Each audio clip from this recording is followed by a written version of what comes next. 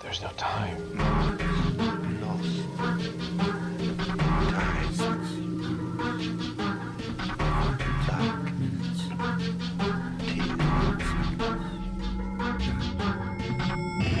The time is 13 o'clock.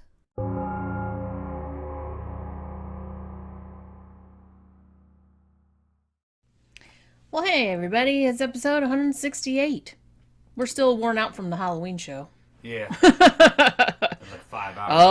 Oh, it was almost 6 hours. 6 hours. Yeah, but but a lot of people liked it, and also a lot of people commented about how cool the background was, so we decided to do this one with this background too. Yeah, we could change it up. Yeah, we just a matter of moving my laptop around, moving some chairs around, shit like that. This is just the other It's the side. same room, just a different Yeah, angle. it's just a different angle of the same room. Yeah. So, that's super exciting. It's Jenny's office. It is, yeah, with all my crap in it. Yeah.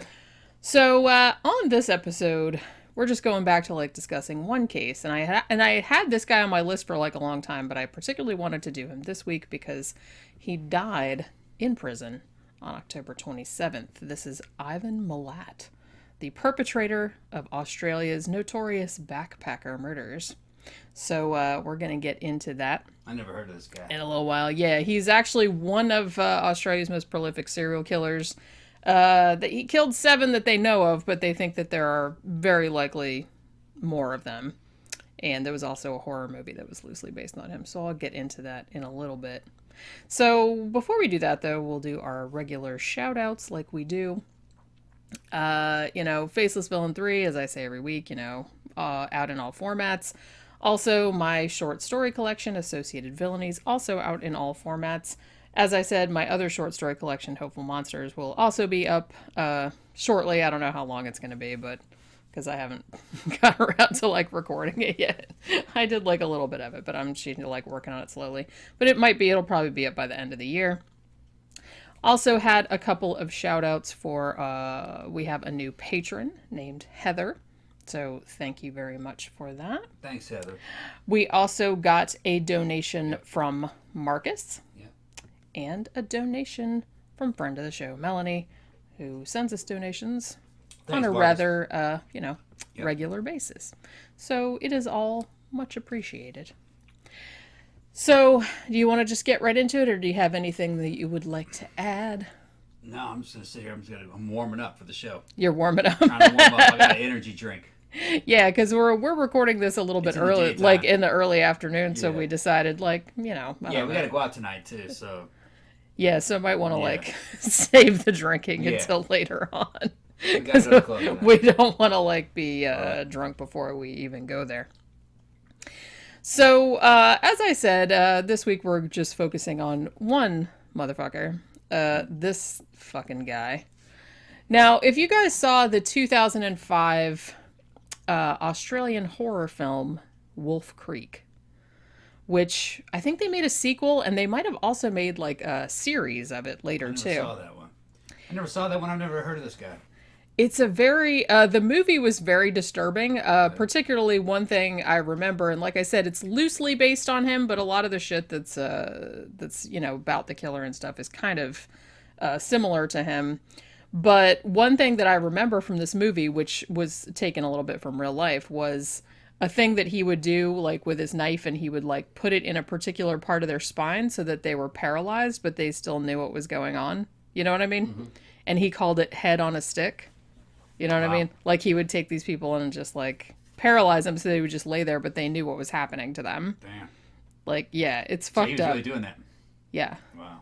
So, and that was one thing I remember from the movie, and then when I found out it was based on a real guy, and then I went back and read it, and I was like, oh, man. This dude is, super fucked up.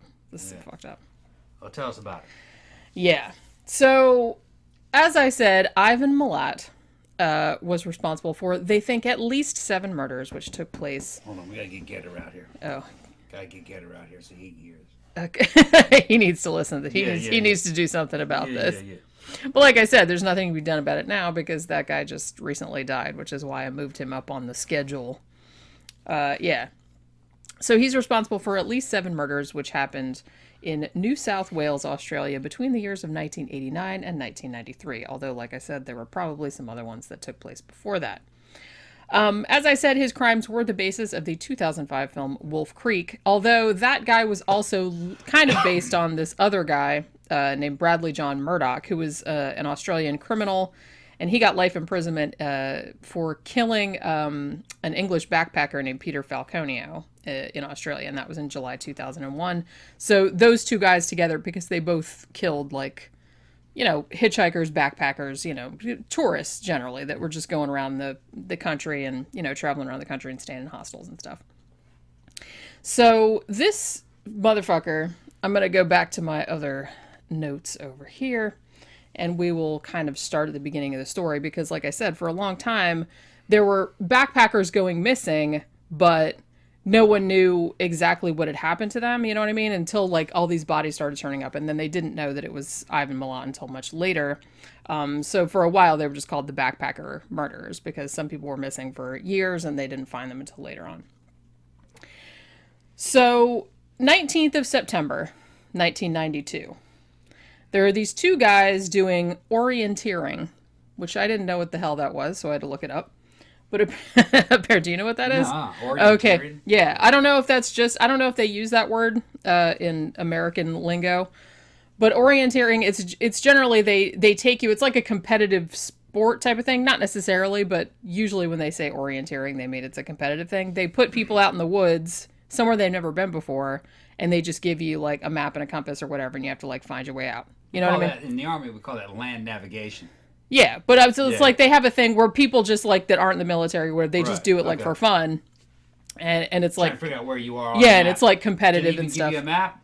Yeah, I think you get a map and a compass, and that's it. Okay, and they drop you off somewhere where you've never been before, and they have to figure. Yeah, so figure out where you are. Orienteering. So there's like clubs of people that do that like for fun. So these two orienteers are out in the woods on September 19th, 1992, and they smell something really, really bad. Now, at first, they think it's a dead animal, as you would, but they kind of go closer to where this boulder is, and at first they thought it was a kangaroo, because they saw this thing sticking out, and they said it looked like a kangaroo leg. And then they saw fur, but then as they got closer, they saw that the fur was actually the hair on the back of a human head. Damn, okay, yeah. So the spot that they were at, creepily, is called Executioner's Drop. Okay. It's just like this part. It's called the Belanglo National Forest. It's like a big national park and stuff, and like a lot of people go hiking through there and whatnot. And I guess it's called Executioner's Drop because it's like a sheer cliff face or something like that. Throwing people off the cliff. Yeah, well, not necessarily. I think this was just like the area where it was. I don't think it was at the bottom of the cliff or anything like that. So the Belanglo State Forest is only about 90 miles southwest of Sydney. So that's a big city. It's only about a 2-hour drive away. So they find this body here, and then they call the cops, and the cops start looking around the same area. On the following day, a police constable by the name of Suzanne Roberts found a second body, which was underneath a log, and it was only about 100 feet away from the first one. Now, eventually, they found out that these bodies belonged to two British women. They were Joanne Walters, who was 22 years old, and her friend Caroline Clark, who was 21. Now, these girls, like I said, they were English, and they had been backpacking through Australia and had gone missing at some point in the past, and they eventually ended up finding them in this forest. Now, these women had both been tied up. They had been stabbed multiple times, and I'm talking multiple, in the chest and then turned over, stabbed in the back and shit like that. Also shot. I believe that one of them had been sexually assaulted, the other one not. It's weird because the killer it looked like he had like made her put her shirt over her face, like over her head, and then had her get down on her knees and then just shot her in the head like an execution. And then once she was down on the ground and dead, he kept like repositioning her head and shooting it from different angles. Like he was just like having a good time with it. Weird. Or some shit like that. So this is the kind of person that we're dealing with. Maybe he's trying to make sure she was really dead. I don't know. 10 times seems pretty It excessive. might have been a 22, which is, a pretty small hole in and out. Yeah. And maybe from the outside, it might have looked like they were survivable hits. Because, Possibly. a lot of times the bullet holes depend on what kind of bullet it is and the size of it. 22, which I'm assuming that's what he's talking about. Yeah. It actually, the wound closes back up. It makes a tiny little hole, and then it stretches the rest of the way as it goes in through the skin, then it goes in, then it comes out the other side if it does come out. And a lot of times it closes back up, so a person might think that it was a tiny puncture. Yeah. So maybe he thought maybe he was thinking that they were survivable. I don't know. He was just making sure. Like, I kind of doubt it. Like in light of some of his like later victims that they found, he liked to and experiment. yeah, it just seemed like he was having a good time with it. Okay. And it seems like they found like a bunch of cigarette butts of the same brand, like almost like either one of the victims had been chain smoking or the killer had been chain smoking, and that implied that he hung out at the site for like a really long time, like doing whatever it was that he was doing to these two girls. Well, he was out in the middle of nowhere, so he wasn't afraid of somebody walking up. Yeah, so even from the beginning, they assumed that this was someone that was familiar with the area because they knew were like these kind of remote areas. Plus, he had a pistol. If they walked up, you just shot him. I believe it was actually, they found out later, I think it was actually a rifle. A rifle? I'm not Okay. entirely sure. I'll get to that in a little bit. It's in my notes later on. So when they first found these two bodies, obviously they didn't know who had done it.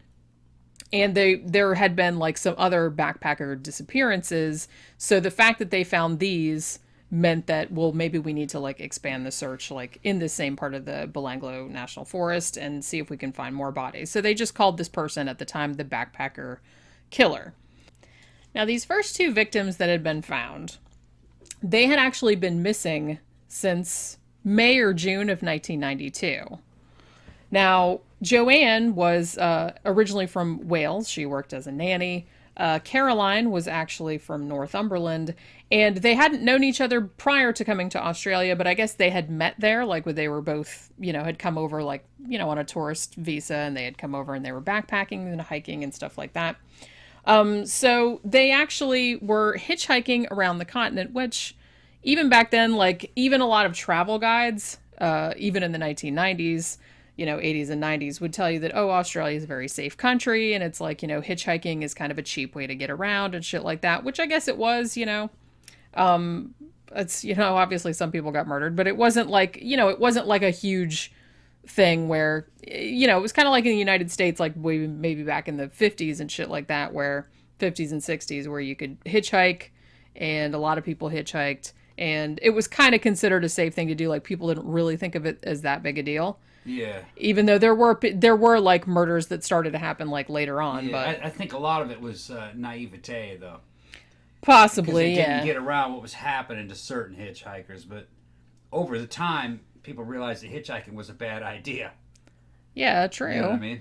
I mean, You're putting yourself at the mercy of somebody who's picking you up, or vice versa. yeah. Picking up somebody who, Who's a crazy person? Yeah, Yeah, it might could. go I mean, the wrong. hitchhiker might be a crazy Right. person too. You don't know. It's Yeah. like not just the driver. So, yeah. America, safe, kinda. It's a safe country, depends. kinda. It depends on where you are and if you know what you're doing. It depends. Yeah, you have But to I have guess decent- everywhere does. It's Yeah. like, no matter where you are, you're going to get unlucky or not. You know what I mean? It's like, From the point of view of somebody who maybe grew up in Japan, America would be a dangerous country. But from the point of view of somebody who grew up in the United States, Brazil would be a dangerous country. yeah, Everything's relative, true. you know? But, like I said at the time, Australia was considered very safe and it was Right. considered very friendly and like, hitchhiking was kind of a thing. So it's like a lot of people did it. And I guess a lot of people didn't really think much about it. And a lot of foreigners would come there, like from Europe and shit like that, and Japan and shit like that, and would not really think much of hitchhiking around. Although usually they did like take some safety, but like they would always do it in pairs and shit like that. Like a lot of people wouldn't hitchhike by themselves, but, they thought buddy system, I guess, was like kind of their only concession to safety. So these two young women had been, like I said, they'd both been traveling around separately, but they kind of, met at a hostel or something and befriended each other. So then they decided to rent a flat together in King's Cross, the King's Cross district of Sydney, which was kind of where a lot of backpackers hung out. And then they decided they were going to hitchhike to the south, like to do some fruit picking, I guess, like to earn some extra money. And they were actually last seen on the Saturday before April of 1992, which was the 18th of April, which is, the day before Easter. And they were heading toward the King's Cross station carrying sleeping bags and a tent. And as I said, that was the last time they were seen alive. And their parents started to worry about 2 weeks later because, usually they would have called home once a week or, they were missing, people's birthdays and holidays and stuff like that. So they actually reported it to the authorities in England and Wales, and then they kind of like coordinated with the Australians. Now, prior to the two girls' bodies being found in late 1993, obviously their parents were very upset and were like, both families like traveled to Australia to kind of aid in the investigation of looking for them. They were trying to hold out hope. Obviously, they didn't want their daughters to have been murdered. So they were just kind of hoping that they had, gone off and hung out with Aborigines or done something where they couldn't like contact their family somehow or something like that. Now, there was a lot of publicity surrounding this case. So the cops started to look more into their disappearances and also started to kind of link their disappearances with some other ones that had happened earlier in that part of the country. So by the time that September of 1993 rolled around, when Joanne and Caroline's bodies were found, there were, that they knew of, in a related case, 5 other backpackers who were known to have disappeared while hitchhiking along Hume Highway, which is the highway that links Sydney and Melbourne, which is also where they had been, similar to the place where they had been last seen. Now, the first ones who had disappeared in the timeline were actually 2 19-year-old Australians, and they had been on their way to like a environmental rally or something like that at the end of 1989. And then in 1991, there had been 3 German backpackers, one girl on her own and a couple. They had vanished separately, like at separate times, over that year. Well, he's got a specific target he's going after, huh? He does, yeah. He likes Europeans, people who are traveling, backpackers. Yeah. People out in the wilderness. Yeah. That's what he's going for. That's well, where he is. And it's people that he could pick up, and he knows that their family isn't around because they're not. Well, like I said, the first victims that they know of were Australians. They were actually, I think they were from Melbourne, but all the other ones, 3 of them were Germans, and the other ones were English. So it was people who he thought people wouldn't really be looking for them, or their family was in another country. Yeah. So you know what I mean. So he thought he could get away with it. Identify them, and he was in that area. Yeah. Right. So yeah. So he knew exactly what he was dealing with. Yeah. Okay. So as all this is kind of going on, like I said, they are attempting to kind of link, once their bodies were found, they were kind of trying to link with these other disappearances, but they didn't really, they made an effort, but they didn't set up like a special task force or anything like that. And like kind of a year went on and they didn't really find anything else of any significance. However, something very interesting happened. Once the bodies had been found, the story of their bodies being found was reported in the British newspapers, obviously, because both of the girls were British. Now, in Birmingham, England, there was a guy named Paul Onions. He was an air conditioning engineer, and he had been backpacking around Australia in 1990, as it happened. And he started reading about this, and it dredged up a memory of something very scary that had happened to him at the time that he had reported, but they hadn't really done anything about. And he had since gone back home. Like I said, this had been like 3 years earlier. So it turned out that in January 1990, Paul Onions had been hitchhiking around Australia, and he had been picked up by this guy, and he said later on that he considered he was like the first real Australian. They said he was a big burly dude. He had like a big Zapato type mustache. Yeah. He's like, he had the hat. He had like, he was a real like Aussie kind of like Crocodile Dundee type of character. You know what I mean? So in the United States, we call him a redneck. Yeah, and like I said, they're very, very, very hillbilly type thing, as we will discover. But so he gets picked up, as he said the guy seemed very friendly. He seemed very normal. So he gets in this guy's 4-wheel drive vehicle to get a lift. But then he says he's in the car for a little while, and once they get close to the turnoff to the Belanglo State Forest, the man's attitude suddenly changed. Like prior to that, he had been totally fine, totally normal, friendly, talking, just like regular, but they said he got really, really quiet. And then he started getting really like irritable, and then suddenly he pulls a gun out and says he's going to rob him. Damn.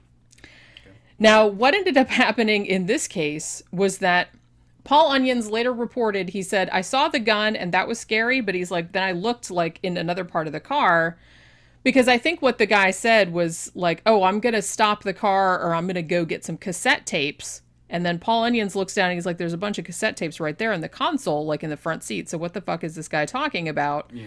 And then when he kind of glanced back like that, he saw like a bunch of rope. So when the guy pulls the gun out, he said the gun was scary, but the rope was scarier. So like the guy so it's like, I'm going to rob you and shit like that. And the guy, very intelligently, is like, fuck this, and runs the fuck out of the car. Like the guy's trying to like restrain him, and he just like runs the fuck out of the car. Now the guy actually did shoot at him, but the guy started weaving, like Paul starts weaving back and forth, like holy shit. And then like they were still on a road, so he like runs to the road and he's like trying to flag down another car, and people are like, no thank you, I don't want to get involved. So then suddenly he's like, well, okay, well the next car that comes by, I'm just going to jump in front of it. If they hit me, they hit me. It's like, I don't want to get shot though. So, so this other car comes by, like a van, and he just jumps in it. And it's this woman and her kids. And they're like, get out. He's like, no, seriously, there's a guy with a gun. Just please go. Mm-hmm. So he ran. So that guy got away. Now he did report it the same day that it happened. Right. But it turned out that the cops didn't really do anything about it at the time, because I'm guessing if they even sent anybody out to the area that, the guy was long gone by then. They made a report, but they lost it somehow. Don't know, fell behind a file cabinet. Who knows? Maybe they thought it was some kind of practical joke. Maybe they did, but this guy said he was like fucking, the guy was like fucking shooting at him while he was running away. You know what I mean? It's probably the kind of situation where those local cops knew that area, and there had never been any reports of any robberies or anything happening in that area, and they thought it was one of their local boys taking a piss out of a tourist. Out of a tourist, just fucking with him. Which is scary if true, because like I said, that's what. But it turned out, even though it took fucking forever for the cops to do anything about it, it turned out that this guy like actually had a very significant hand in this guy getting caught later on. Right. So Paul Onions, like I said, he had made a report, but they hadn't really done anything about it or followed up on it. He subsequently went back to England and got on with his life like you do. And so that whole thing kind of went nowhere. Now, not too long after Joanne and Caroline's bodies had been found, on October 5th, 1993, there was this guy named Bruce Pryor. And he hung out in the Belanglo State Forest all the time. He like kind of lived near there, and he went out looking for firewood and shit like that. So he parks his Jeep in the forest, and he's going around looking for firewood like he usually does. However, on this particular day, he found a human thigh bone. Now, at first, like I said, he thought it was a kangaroo, but then he picked it up and saw the end of it. He's like, no, that's totally a human. And then he's looking around and sees part of a skull. So obviously, he calls the cops.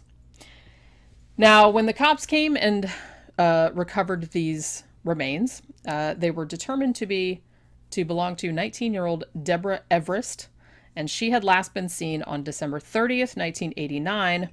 And it was her and her friend James Gibson. They had been the ones that had been hitchhiking to an environmental rally. So they had been at a backpackers hostel in Sydney, and that was the last time that they had been seen alive. They had told other people there that that's where they were going. They were going to this particular festival, and they were going to hitchhike there, and that was the last time they were seen. As I said, it was along the Hume Highway, which is pretty much where all the victims disappeared from. Now, her body was too decomposed. Like I said, she was mostly just a skeleton, and I don't believe they recovered the full skeleton.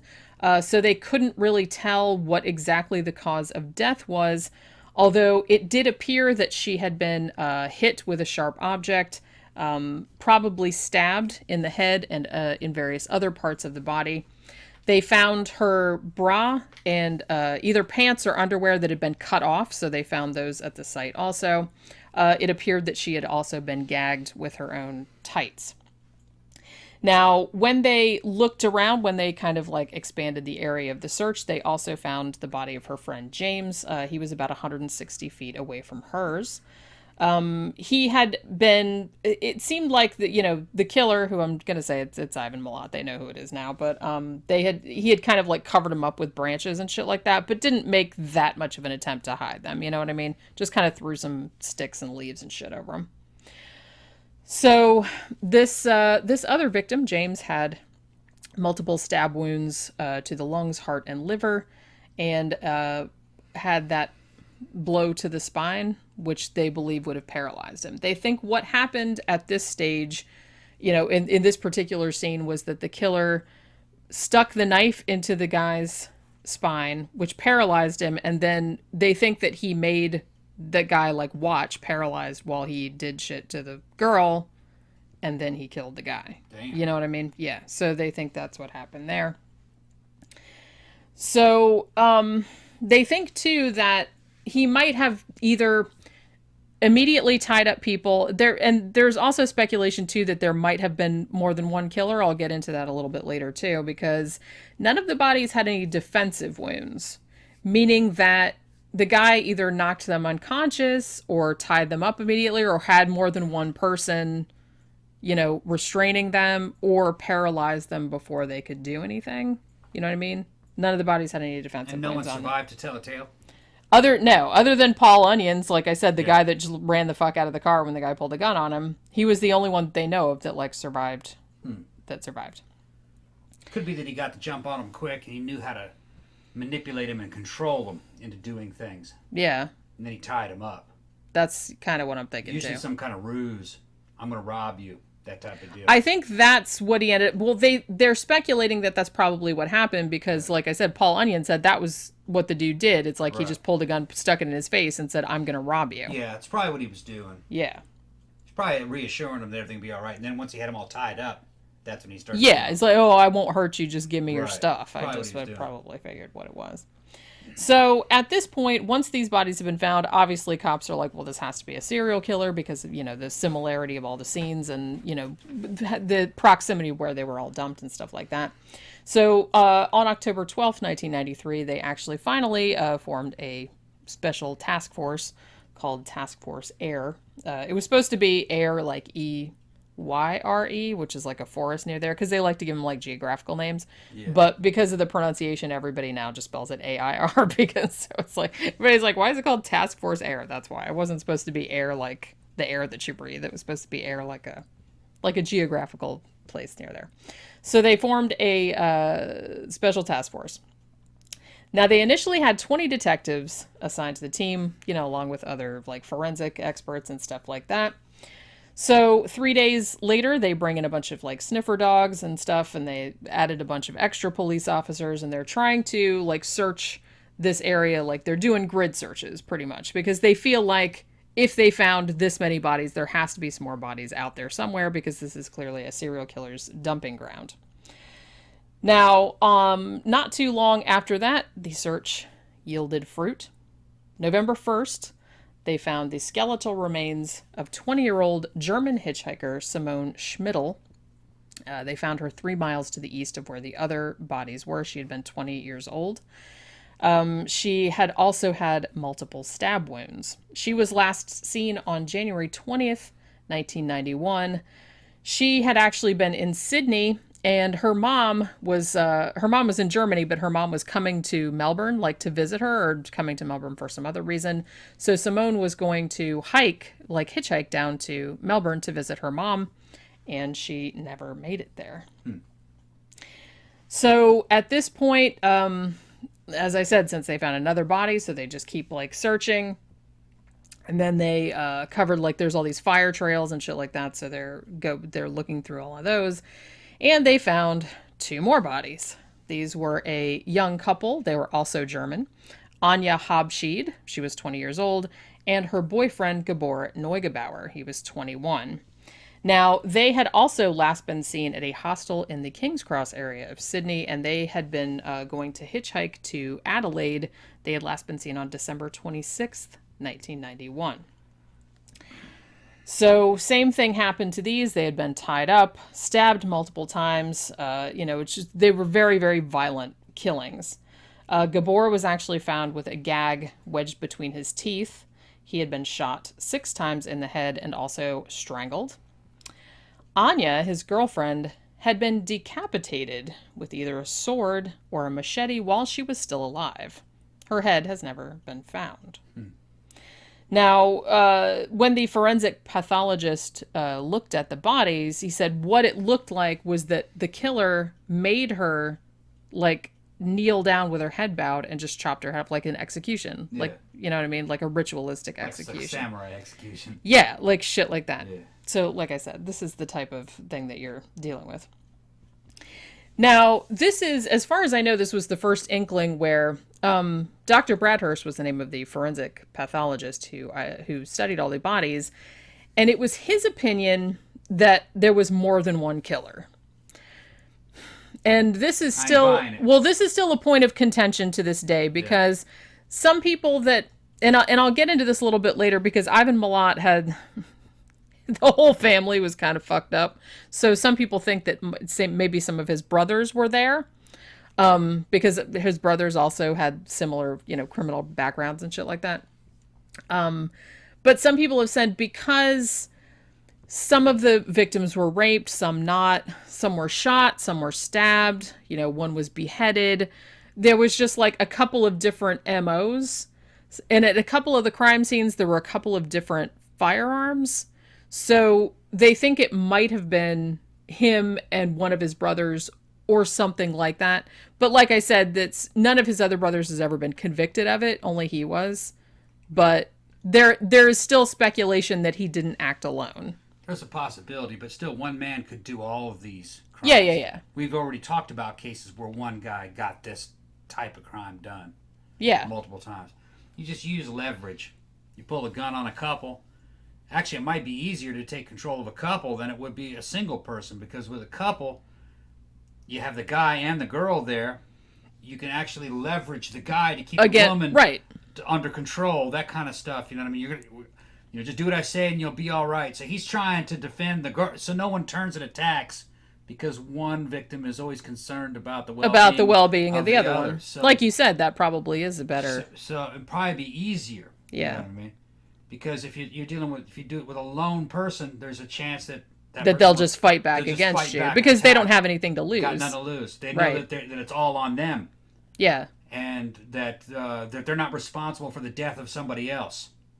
That's actually a good way of putting it, and that might be why. I mean, this guy that they know of, he did attack Simone Schmidl, who was apparently traveling alone. But all the other ones he attacked, there was 2 of them. It was either 2 girls or a girl and a guy. It's been proven over and over again through all the law enforcement and military histories and cases going back. This goes back to like the Israeli Defense Force. That if you have a mixed group of men and women, the men will instinctively try to protect the women. Yeah. One of the reasons why I'm not a real big believer of mixed gender infantry. You know what I mean? Everybody in that infantry unit has to be equally expendable. You have to sit there and be able to watch other dudes die so other dudes can live. You know what I mean? There can't be any instincts involved. That's one, and cases like this kind of show, to me, a process of a man trying to defend the woman. Yeah. So that actually is the weakness of that group. He couldn't fight back because he was afraid that the woman would be killed. That she would be killed, yeah. Right. And, Milat might have known that as well. And it's like, I'm sure he probably leveraged, like you said. He noticed that same thing, probably. Yeah. But if you attack a couple, it's easier to control. Because it should be noted that the German couple, Gabor was a big dude. He was like 6'2", and he was like kind of a big, muscular, like athletic guy. He wasn't just like some skinny, so he was a big guy. And even his dad later said that he thought that there had probably been 2 killers, because he's like, look, my son was like a big dude, and it's like it would have taken a lot of people to kill him. But I don't know, because he was, like you said, he was there with his girlfriend, and he wouldn't have wanted to see her get killed or get hurt. Just go look on, there's a site on YouTube called Police Activities. And Police Activities body cam footage of cops dealing with perpetrators. And you will see unarmed perpetrators turning and fighting against armed policemen, outnumbered sometimes 3 to 1. They'll still do it. A lone man is more apt to just go kamikaze. Well, yeah, because like I said, they don't have anything to lose. Right.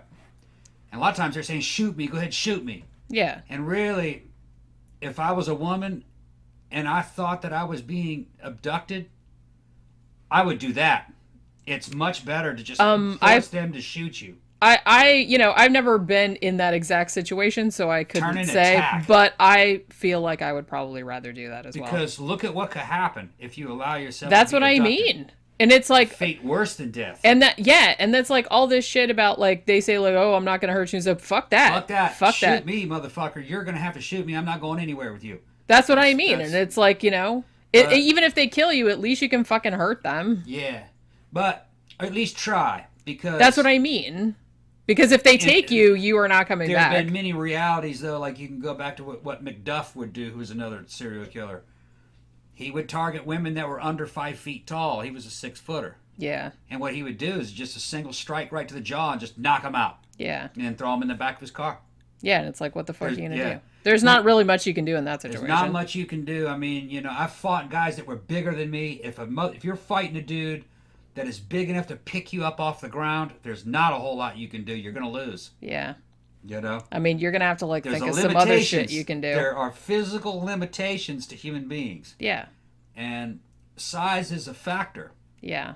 And anybody will tell you this. Well, yeah, obviously. Anybody will tell you this. Obviously, if you're just like some tiny little woman and some big fucking dude, some big caveman, like they could just pick you up. Right. It's like, what the fuck? You can't do anything. That's why you don't see children beating up adults. Yeah. It just doesn't happen. Yeah. And when you're a 6 foot something dude, weighing 200 and something pounds, a 90 pound or an 85 pound 4'11" female is like a child compared to him. Yeah. So, we just have to be realistic. Yeah. I mean, you can ask any of these MMA fighters, they can tell you the size is a big factor. Yeah. So, like I said, if you're small, you have to like be a lot more careful than maybe you would be otherwise. Yeah. But also, you better be a good runner. Yeah, you better run, or you better figure some other shit out. Do what that dude did, zigzag. In the Army, that guy IMT, individual movement tactics. Yeah, well, I think he had done some military service, and so he was like, "Oh, somebody's shooting me, at me,so he started running zigzag." 3 to 5 second rushes. Yeah, fucking combat rolls. But I think that's why. So he knew like immediately. Yeah. His instinct kicked in. He was just like running like that. Now, okay, so as I said, I was talking about the forensic pathologist and how, like I said, there is some like controversy over whether Ivan Milat acted alone or whether some of his brothers were there at the scene or maybe one of his sisters. I'll get into that a little bit later too. But so like I said, there's still no other charges have been made. He was the only one that was charged with these. So, just one day before they found the last 2 bodies of the German hitchhikers, they first started talking about Ivan Milat. Now, how he came to the attention of the police was that one of the guys that he worked with apparently reported him to police just because he kind of had like he was like super, super into guns. He was like this gun obsessive type of guy and kind of was sketchy and weird and like acted kind of aggressive and stuff. So they reported him to police. It's maybe, it was that kind of thing. Now, they also had like a tip line and, so a lot of Australians were like calling in various tips and stuff. So they had to kind of like wade their way through those and all this other stuff. So now that Ivan Milat has kind of like appeared on the police radar, let's talk a little bit about him. Because like I said, he was convicted of these, so he is, as far as everyone knows, and he died now, but they're talking about he's now the backpacker murderer. So he was born in 1944. He was born in Australia. His mom was Australian. His dad was Croatian. His dad was actually much, much older than his mom. I think he was like twice her age. Maybe she was only like 17 or 18 when they married, and he was like twice that age. So they ended up having 14 children. Like you did back then, I guess so. Now, Ivan's father, whose name was Stephen, he had actually been in the British Army in World War One. And when Ivan was a kid, he actually worked as a laborer on a wharf. And he worked like every day pretty much. So he was like always gone. They didn't really have a lot of education, all these kids. You know, it was a very like working class. And like I said, I've watched a bunch of documentaries about this. And even in Australia, they said these are like hillbillies. It's like a hillbilly family. Like they kind of lived in this little 3-bedroom house, these 14 kids. And Damn. they were, this is kind of like this. They apparently they had like bunk beds, but there was like 3 of them. You know what I mean? They slept in those bunk beds. 3-level bunk beds. Yeah. Now, A lot of kids. it is a lot of kids. So apparently, the dad, and you see this a lot in these kind of serial killer situations. The dad was like super, super strict, very, very distant, and not strict in a way that it's like, oh, go to bed without dinner. But it's like if you did something bad, he would just like step on you and like beat the shit out of you. You know what I mean? It's like so violent, abusive. The mom was almost kind of like the opposite. She was, all the kids kind of described her. She was kind of like, they would just come to her when the dad had been beaten up on him and stuff. She was very indulgent. She was very nice to them and probably not good, but whatever they did, it was like they were her perfect little angels, I guess. It was like that type of situation. Yeah. So it's like they could do no wrong. How many of them were there? 14. 10 boys and 4 girls. Gonna name this movie Breed White People Breed. Clown Car Vagina, the movie. Yeah! That's what it is. Yeah. I'm just saying. Yeah. Holy crap. The Hills Have Eyes Part 9. Pretty much that's what this is. It's terrible. Yeah. But yeah. They're being fruitful and multiplying. Yeah, big time. Yeah. Well, shit, my mom's family was like that. Well, like I said, and I think I mentioned this before too, it's like my maternal grandparents had 8 kids, which is, it's different than 14, but still, I mean. My mom's family had 9. Yeah. Yeah. I can't imagine. It's another era. How did everybody like keep track? How'd you even like remember their names?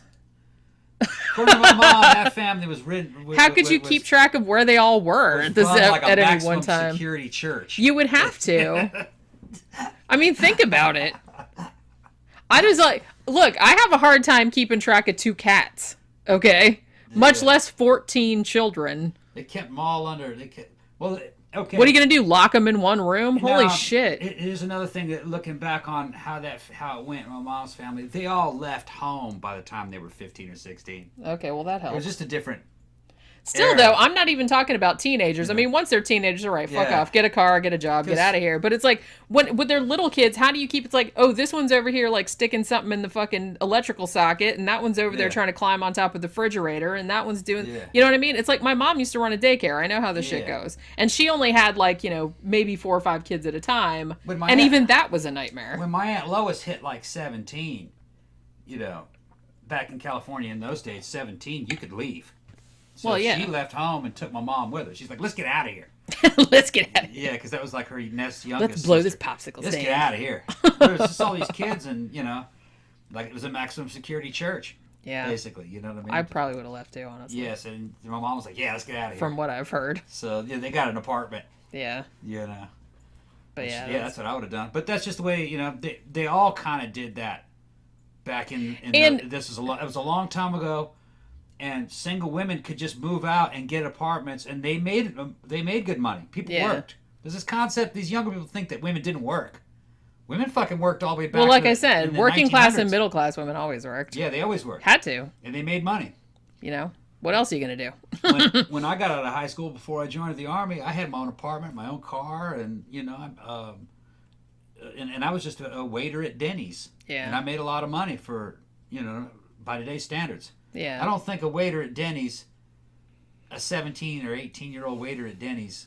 It depends where the Denny's is. Okay. I think location would depend a lot on it. I was in Trenton, Michigan, right outside Detroit.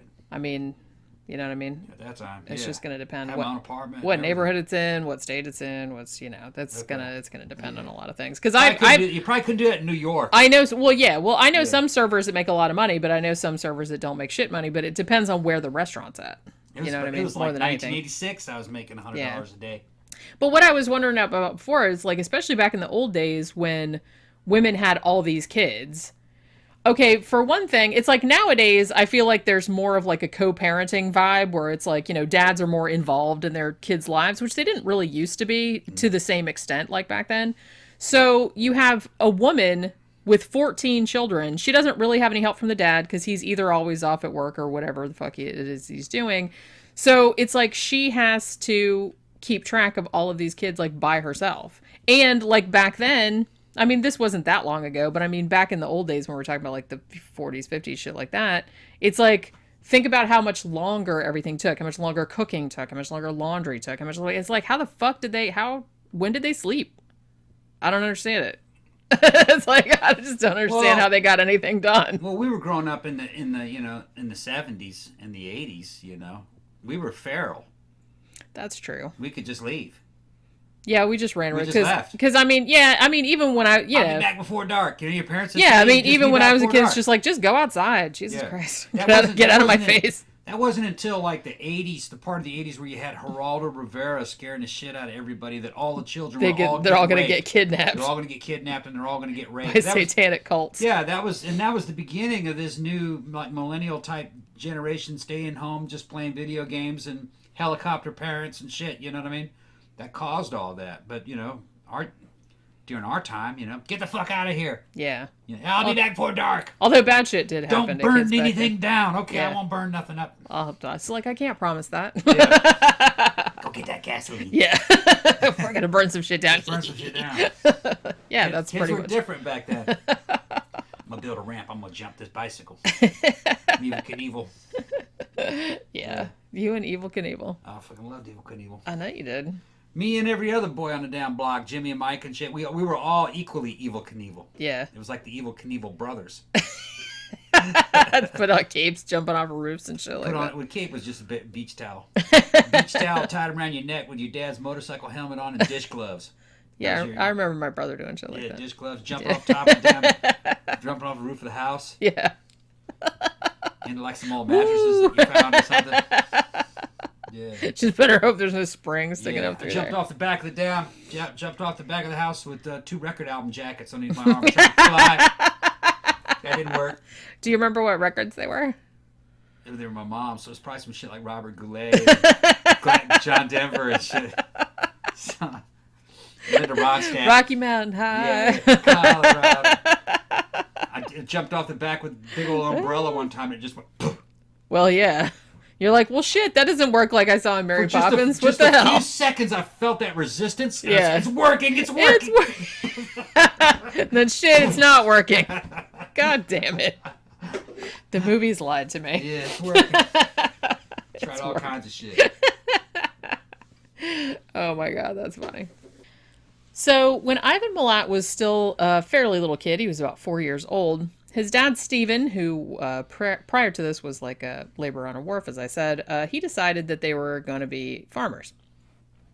So he basically recruits all of the children to work on this new little farm that they have established.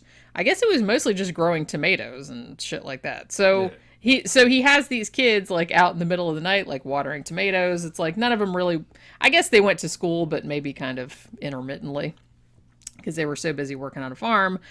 But despite that, I mean, obviously they didn't really make a lot of money, especially considering that they had 14 children to feed. Yeah, they'd suck up all the money. That's what I'm saying. Now, even though the mom, whose name was Margaret, she was like, oh, it wasn't hard. We all worked hard and, as I said, she kind of had a thing where the kids couldn't do any wrong. It's like, oh, we never had any trouble with any of the kids or anything like that because I don't know if she just didn't know all the shit that they were up to or... Maybe he was just one bad seed. No, they were kind of all... A lot of them were bad seeds. A lot of them were. Another thing, they were all like avid hunters. They all started getting guns and things as presents when they were very, very small, like 4 or 5 years old. So they always had that around the house. They would all go in the backyard and shoot at bottles and animals and shit like that. Not unusual from where I came from. Well, not unusual there either. Yeah. At that point in time, like particularly in that kind of like working class area. That's just the culture. Yeah. Now, Most people turn out fine. yeah, except for this guy. Yeah. Well, except for kind of a lot of this family, like I said. Teaches them responsibility, man. Self-reliance. Or if you're already have a predilection for Well, for not for might- sociopathy, then yeah, they might be some genetic problems in the house. There might be just low IQ, yeah. lack of what do you call it? Lack of opportunities. Well, in the case of Ivan Milat, I definitely think that he seemed to have just no conscience whatsoever. Yeah. He just seemed one of those like psychopathic, Yeah. like he just enjoyed making people suffer You got people like that. for no reason Yeah. other than like his own sadistic pleasure, really. But It some just people are seemed just like, robots, yeah, he didn't really, he definitely did seem kind of like that. like a lizard.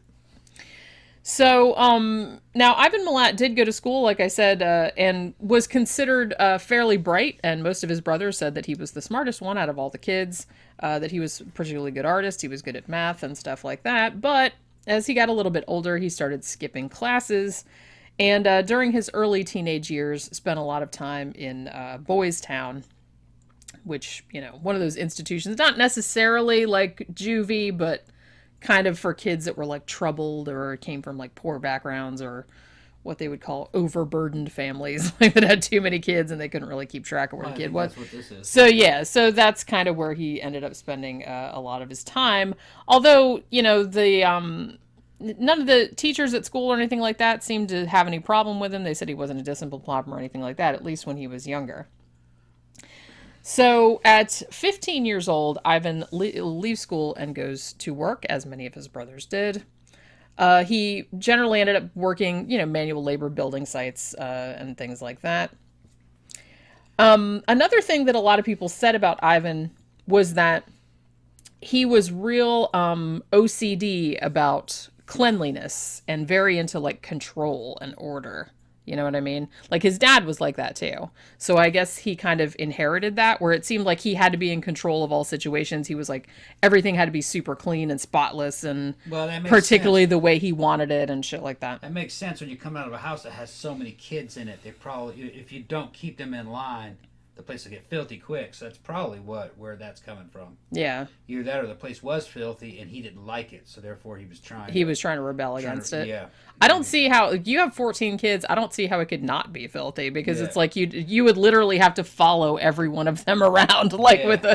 with a fucking dust mop and broom, Yeah, they like don't to like to shower. They throw things around, boogers everywhere. Just That's- you know. Yeah. boogers. It's 10 boys. Yeah. 10 boys. Yeah. I had 2 brothers, and my brothers are like not disgusting or anything like Yeah. that. But even then, Think of how hard- boys are dirty. Think of how hard it would be to keep up with all that dirty laundry. That's what I mean too. It's like shit. There's only 2 of us, and I do laundry like every other day, and it's that's with usually like 2 or machines, 3. And they Yeah, probably didn't have machines. that's what I'm saying. That's what I'm saying. Like back then, I mean, maybe this was like, I guess this was fucking 60s, like late 50s, early 60s. They had washing machines. They but did were have washing expensive. machines, but so I don't know if they had one because they were kind of, lower working I class. bet you they didn't. So they might not I have. think So that she probably hand washed, and if she probably yeah, this poor it woman on probably had to clothesline. like hand wash all of these like dirty, disgusting boys' clothes. Yeah, and probably wring them out on a little wringer and then Yeah. put them up on a clothesline like they did in the old fashioned. I mean, you can do it. It's not hard. They have people that actually do that Oh, to yeah, this I know. day in their apartments. I'm just In saying- New York even. Yeah. But it takes time. That's what I'm saying. And if you have all those kids, And I'm just saying, and the thing is, laundry is not the only thing you have to do. You always have, Yeah. you also have to cook for them. You have Yeah. to clean up after you have to clean other things, Yeah. up after them. That's what I'm saying. It's like, I don't understand how people like that have any time to do anything. I remember, growing up in the 70s, Mississippi moms, working class moms, or farm girls, they cooked and cleaned. They used washing machines though, because of course they had washing machines and electricity and all Yeah. that. But but then they'd go out and do things like pick butter beans Yeah. and plant stuff, Yeah. because they all had gardens out in the back. And it was a good quality life. It wasn't luxurious, but boy, the food was bountiful. Yeah. A lot of people don't understand that shit. Southern culture, even poor people that live in rural areas, back in those days, all had gardens.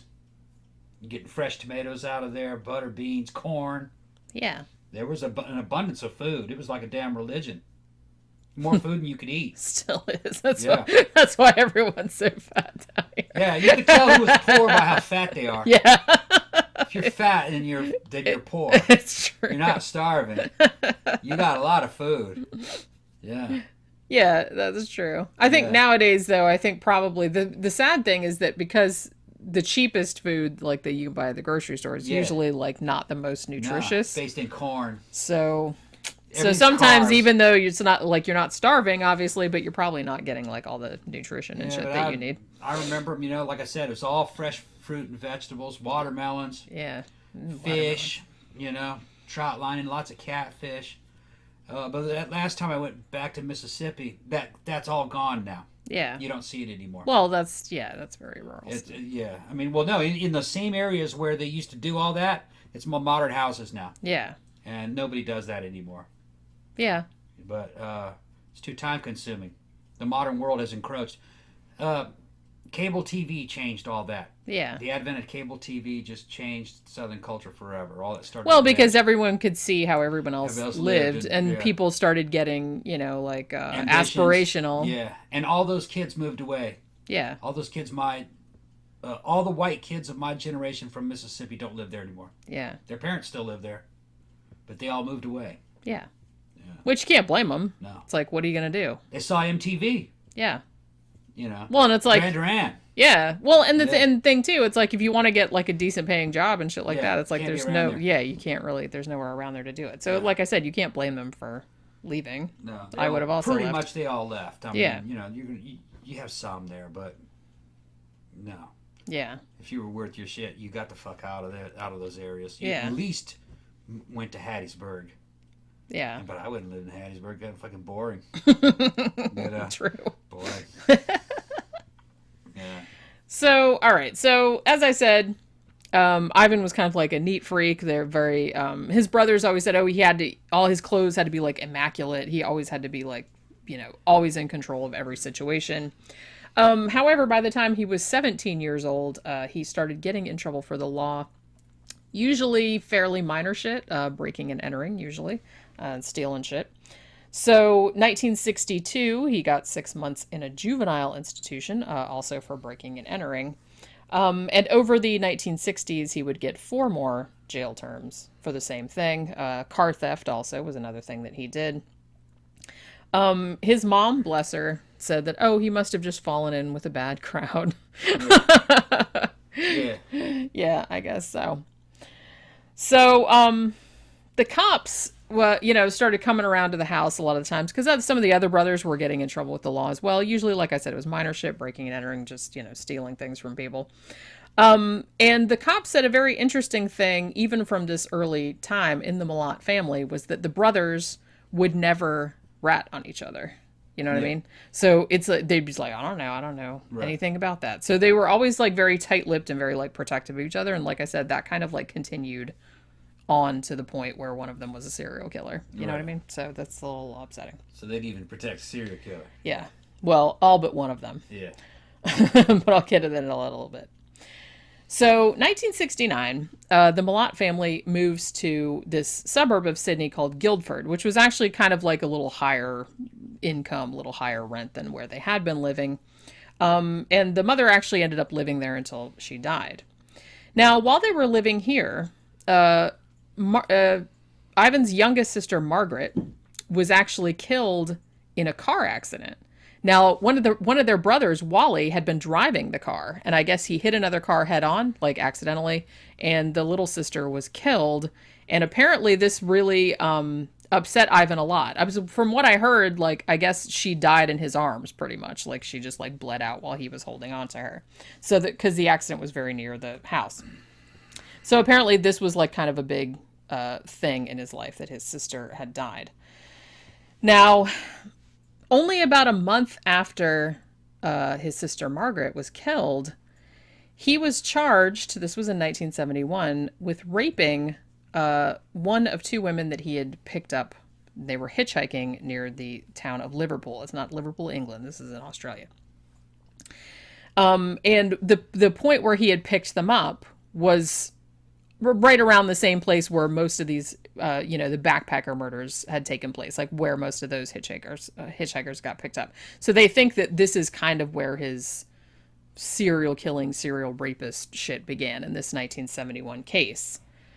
Now, he actually had a hearing for this. So he was going to be charged with rape, and he was also going to be charged with 2 armed robbery charges, because one was like a bank. But before he could be brought to trial, he jumped bail and went to New Zealand. And he actually stayed in New Zealand for like 3 years, like trying to get away from the cops. However, he eventually came back in 1974 and was arrested again. However, when he was put on trial, he gets acquitted of the robbery charges. And unfortunately, when he was put on trial for the rape charge, one of the victims that he had picked up, the girl that had been raped, she either changed her story or she was not a very good witness. I guess the jury was not sympathetic toward her for whatever reason, and he got off with that as well. So there was that whole thing too, where it seems like he was doing this kind of shit from an early age, but he was getting away with it. You know what I mean? So later on, they think that Milat actually told someone that that he had done the bank robbery and that he had done these crimes, but that someone else got the rap for it. Like one of his brothers took the rap for it or whatever. So at this point, it seems like he's not, after that happened, after the acquittal, it seems like he's kind of going into a more respectable stage of his life, let's say. So it's 1975. He still lived with his parents at this point, but because he was such a control freak and stuff like that, he did not smoke, he did not drink, so he was straight edge. And he wouldn't drink for that very reason, because he said, well, I don't want to get out of control. So that's, yeah. So there was that whole thing. And he was also working as a truck driver, and he worked really long hours and worked all the time.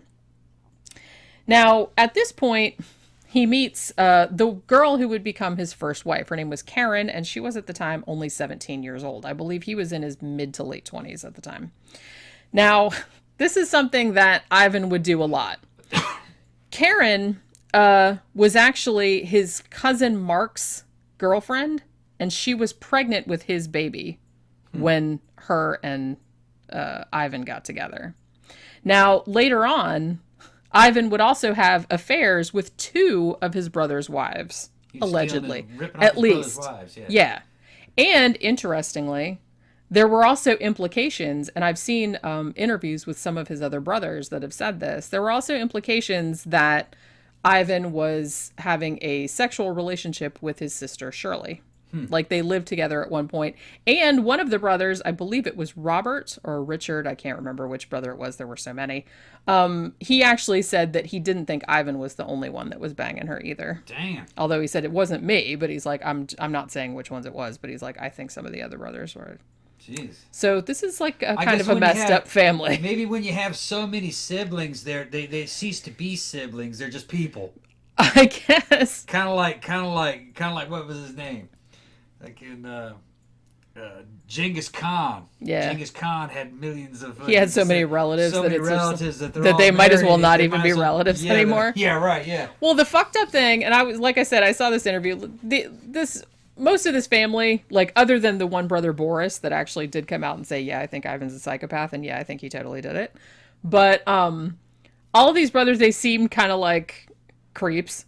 Yeah. And this one in particular that was saying how he didn't really, he's like, well, I didn't have, I wasn't having sex with Shirley, their sister, but he didn't really seem to think it was that big a deal, because he said something like, oh, well, look at those 2 guys having sex over there. Is that any worse than a guy banging his sister? And I was just kind of what, just a hypothetical. He was making it, oh, I don't like gay people joke. Yeah.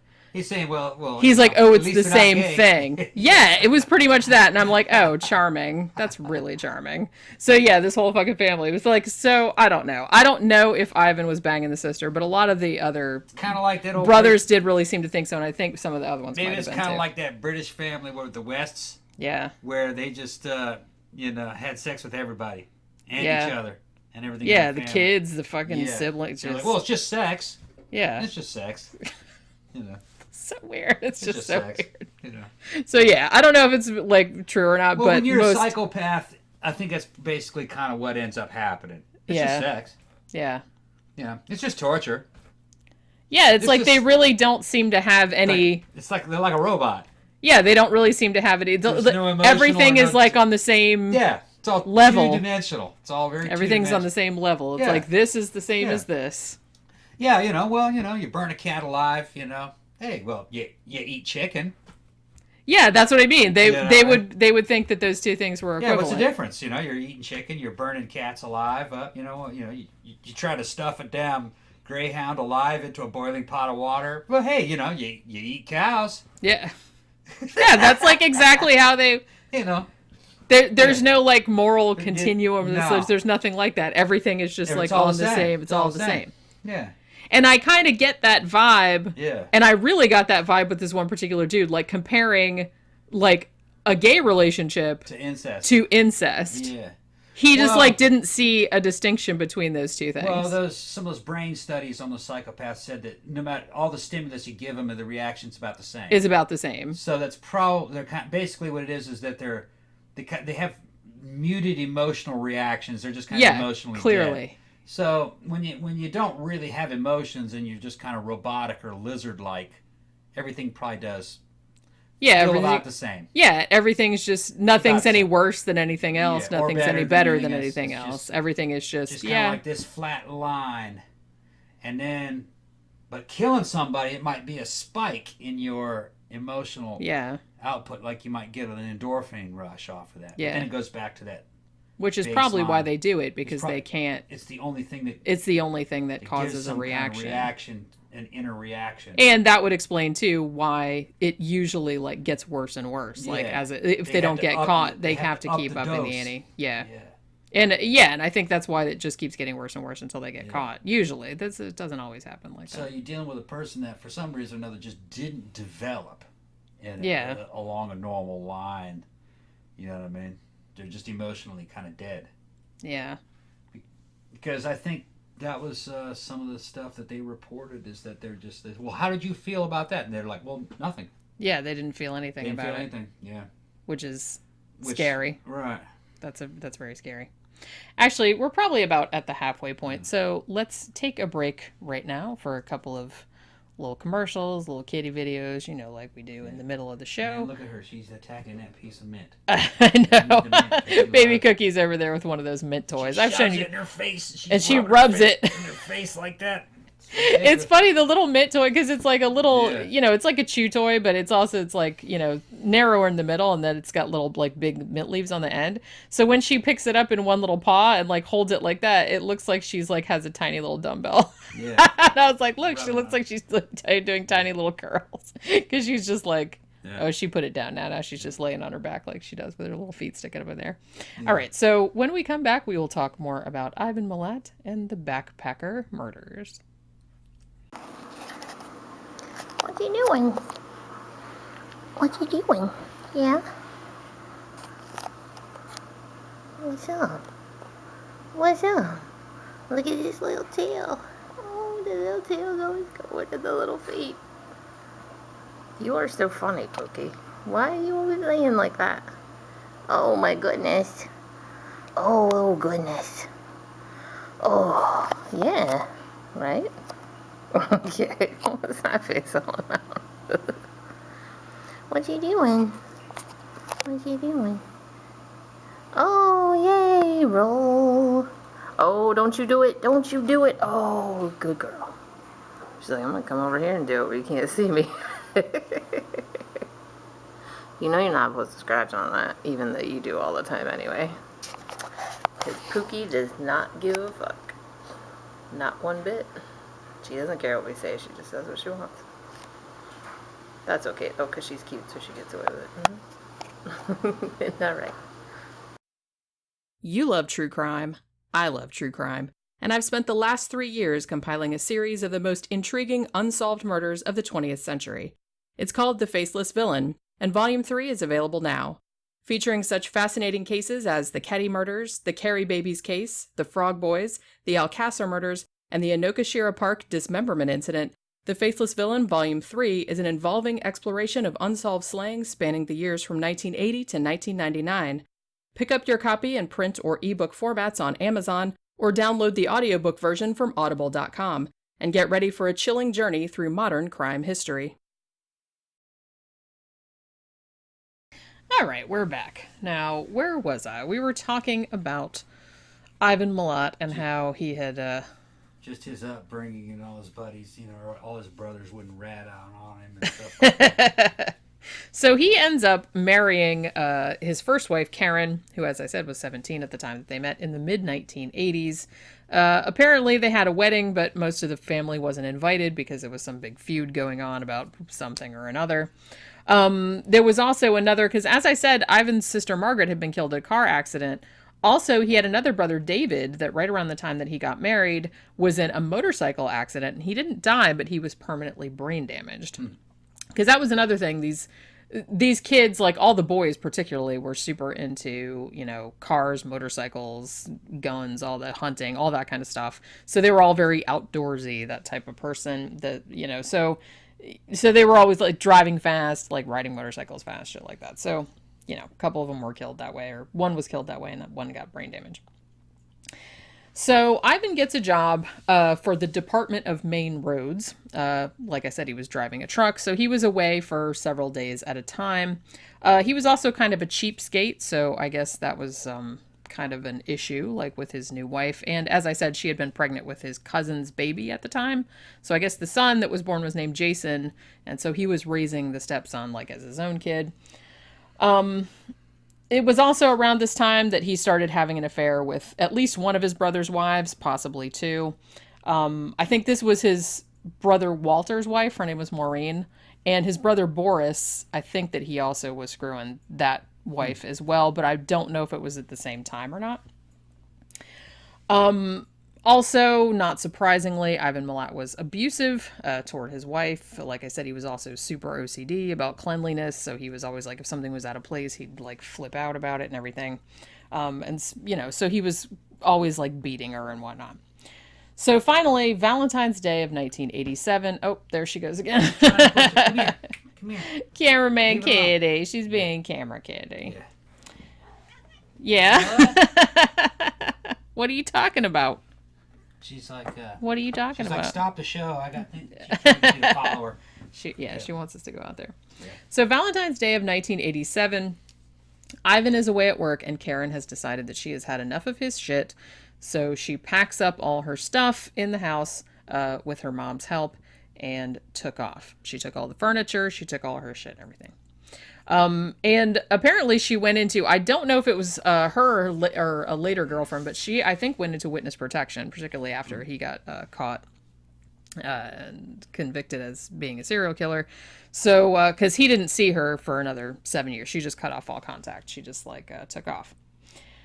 So 1989, Ivan Milat quit his regular job and started working kind of under the table because he didn't want to, one, he didn't want to pay taxes, and two, he didn't want Kieron to be able to claim any of his income. So, like I said, he starts working like on the down low. So, after the divorce was final, that's when he first started picking up hitchhikers and killing them. So, there seemed to be some kind of pattern where whenever he would do these rapes and murders, because as I said, the first time he did it, allegedly, was 1971, and it was only a month after his sister was killed in a car accident. Now, when Deborah Everest and James Gibson, who were the first ones that he killed, like in the late 80s, when he killed them, it was only a short time after his divorce was final. So they think that it had something to do, like most of the time, it seemed like he was kind of mostly, keeping it together. But then like when some stressful thing happened, like he would go out and like take it out on other people. You know what I mean? Yeah. Because it seems like he wasn't doing it all the time, but it's just like anytime something like a big traumatic event like happened in his life, it would kind of trigger him into doing that. I've heard some kind of say that it was kind of like a pressure that builds up in him that they have to blow off steam, like you said. Yeah. And they do it by killing other people. Yeah, and to get some kind of an endorphin rush, I guess. Yeah, I definitely do think that there was like that kind of, Right. that kind of thing. Yeah, so it does definitely seem that, I mean, coming back up to 1993 now, when they had, discovered all the bodies of, the people that this guy had killed, and they were kind of able to place it all in a timeline and figure out what had been going on, it did seem like when they were looking into the method of murder, all of them, the first 3 victims they thought were killed fairly quickly, even though there had been sexual assault, there had been other things like that. But it did seem like the first 3 victims mostly were just marched into the woods and was either raped and then shot. But as time went on, it does seem like he was like upping the ante, you know what I mean? Because by the time it got to like the German couple, he was doing shit with swords, like beheading that girl with a sword and, all that kind of shit. So it does definitely seem like he was ramping up and making it more horrific, like as time went on. Yeah. And another thing too that they found out was that sometimes he would like move them from the scene, like he would kill them at one place and then move them somewhere else. Or another thing that he would do, they found like a lot of spent shell casings, like at some of the scenes, almost like, and like some beer bottles that he had shot, almost like he was showing off like his marksmanship skills, like for the victims or something like that. You know what I mean? So it seemed like he was making it more into like a game. You know what I'm saying? Yeah. Because they think that he was in this place. It was him and, whoever else was with him, or if it was just him alone, that he was spending a lot of time in the woods with these victims doing various things. You know what I'm saying? So, and they think that was ramping up like as time went on. They also think that the 2 English girls, who were actually the first ones found, but I think they were some of the last ones that had disappeared, but they were the first bodies that were found. He had like made them take their clothes off and they put their clothes back on. And it's like, so he was doing like all this other kind of shit to them. And it had got more like to the point where, one of the girls was stabbed like 20 times, like, like in the front, and then made her turned her over and stabbed her a bunch more times in the back. And like I said, the whole thing that he did with the gun, like turning that girl's head, they think that he turned her head and then shot again and then turned head, shot again and turned head, shot like 10 times.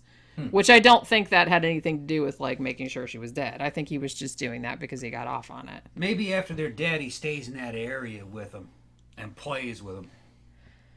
Yeah, He has some target practice with them. And that's what a lot of the experts said too. They said that he's basically using them for target practice, like even after they were dead. That's probably and a lot of times too, he would keep stabbing them after they were dead, like he was having a good time with it. You know what I mean? And like I said, not all of them were raped. Some of them were. Yeah. But so was it sexually motivated? Probably partially, but not entirely. It just seemed like he just sadistically got off. I think he got off on controlling the situation is, what I mean? He had that kind of, he had like a BTK thing where he had to be in control of everything. He's hanging around with them and desecrating the bodies and stuff. I kind of suspect that there might be trip. some necrophilia. I mean, I suspect that. Power trip, that kind of stuff. Because something like one of the documentaries that I was watching about him, one of the experts said, I was like listening to an interview with him, or he interviewed him or something like that. And he said, he said something like that implied that he was going to like kill them and then have sex with them. Yeah. You know what I mean? Like the wording that he used sounded like there was like a necrophilia kind of They're thing. not there anymore, so he can take his time. Yeah. Nobody's watching them. Even the victims aren't watching them because they're gone. Yeah. So he can play with them. It really does seem like that type of thing. He's not being scrutinized or judged about what he's doing. Right. Yeah. But so, like I said, now when they found the bodies, and like I said, when they had kind of expanded the search and they had found all these bodies and stuff, they didn't know that it was Ivan Milat yet at this point. Like he had just come on the radar in late 1993, but they weren't entirely sure who they were looking at. They had like a lot of suspects and stuff. All they knew was that this was a guy. He drove a 4-wheel drive vehicle. He probably lived around that area, was familiar with the Belanglo State Forest. They did find, like, ballistics experts found out that they knew that the same gun had been used to kill Gabor, who was one of the German hitchhikers, and Caroline, who's one of the English hitchhikers, but it was 2 different scenes. This was a U.S.-made Ruger 10/22 rifle. Okay. Now, there were about 50,000 of them in Australia, but Australia is a big country. So, so it wasn't a common gun, but it wasn't super rare either. You know what I mean? Like, a lot of people had them, but it wasn't the most common. In the U.S., it's like water. That thing's still being made, the 1022. Yeah. Oh, yeah. They're everywhere here. But yeah, a lot of people had them, but it wasn't the most common one in Australia. In the U.S., it's just like one of the most common ones. Yeah. So they were kind of hopeful that would like help them like narrow the shit down. You know what I mean? They also knew that the danger period for the killings was right around holidays, right around summers, Christmas break, Easter break, because summer is opposite in Australia because it's in the southern hemisphere. So it's actually December and shit like that because all the backpackers pretty much disappeared right around that time. So and they also knew that the killer was probably a hunter. They also knew that the hitchhikers had probably been killed on the same day that they had disappeared because they were always found in the same clothes that they had last been seen in. Another interesting thing was that even though they found like some of their clothes and a few of their like personal belongings, like jewelry and stuff, all of their camping equipment, like they never found any of their camping stuff. They never found any of their backpacks or any of the shit that they had with them, like bedrolls, nothing. They never found any of that. What he was doing with that? You'll find out. Okay. But yeah, they would just find the bodies and the clothes and maybe some jewelry, but that's it. They just, all the stuff that was with them, they never found it. So they thought that was kind of an interesting thing. So at this point, like I said, they weren't certain who it was. So they had somebody come in, like a profiler come in and like try to figure out. And, he figured out the same thing. It's probably some loner in a semi-skilled or low-skilled occupation, probably working class, whatnot, who lived in the area, was probably a hunter and everything. So at this point, the government of New South Wales offered a $500,000 reward, Australian dollars, for information leading to the conviction. In the first 24 hours, they got over 5,000 phone calls. So there were about 10,000 leads that they had to follow up on. Far as I know, none of these really kind of led to anything. So what they started to do, they had this computer system and it was called NetMap. And they pretty much fed in all of the information that they knew, like he drew a four-wheel drive vehicle, the type of gun that he had, blah, blah, blah, all this other stuff. And so they wanted to make like connections between these things and see if like they got any matches with somebody that had been convicted before. They used like satellite photographs of the dump sites and all this other kind of stuff. And they just kind of fed all of it into the information. Now, as I mentioned before, right around the time that all of this was happening, they also, Paul Onions in England also got in contact with them and told them about his narrow escape back in 1990. And the one thing that that he had said was that the guy had said his name was Bill, which was something that other people that had seen him, like, or had been picked up by him and like just, got out of the car or whatever, they said that was another thing that he would tell everybody that his name was Bill, even though it wasn't his name. Mm-hmm. So he, gets in touch with the cops. They finally, try to start putting this shit together with like the guy that he got away from and all this other kind of stuff. So they finally start putting all of this shit together. Now, there was another weird thing that happened too that might have kind of contributed to Ivan Milat getting caught. Why are you smirking? I'm gonna change my name to Dude. You gotta change your name to Dude? Yeah. That way they just go, Dude. Hey, where's Dude? Or Guy. He changed his name Hey, to Guy. Bill. Yeah, they're gonna change my name to Dude. Or Man. Man said I Man could. said I could. Ooh, that's like we haven't had one of those Man. in a Yeah. long time. I was laughing too. Oh, He shit. wasn't very inventive. I know. Well, Yeah. Yeah, I'm Bill. Yeah. I'm Random McRandom I Face. fucking name my name fucking Sancho.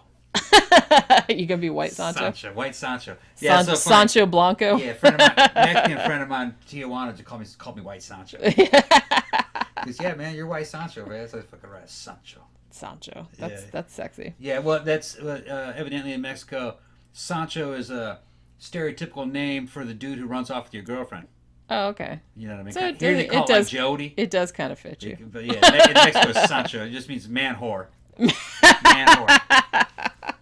And see, you didn't even know that when you picked that name. I channel that shit. You man. channeled it right out of the ether. Yeah, because you knew that it was extra dimensional. That was your name. It's quantum. It was calling out to you. Quantum consciousness linking in with the damn universal Jungian universal consciousness, unconsciousness. Yeah. Whatever you want to call it. What it is, man. I just follow my instincts, man. It always turns out right. Sancho. I gotta get a fucking hat, man. A little flat fucking like Spanish hat and shit. You know what I mean? They're round and they're flat on top, like Steve Ray Vaughan used to have. Yeah. Yeah, that's my Sancho hat. Can you get Sancho embroidered on it? Fuck right. Yeah. Right. I'll even have a damn rose. I'll carry a rose. Put that shit in my teeth. Fucking play guitar. Nice. Yeah. I like it. Yeah. That's gonna be your new look. Yeah. All right, I'm here for it. Go ahead, back to the story. All right. No, I'm trying to. No. Okay, so as I said, so they're getting together with Paul Onions, the guy who had escaped from this guy, and they also went back through their files and found a very weird story from October of 1993. Now, it turned out that Ivan Milat's brother, Alex, and I still don't know why he did this.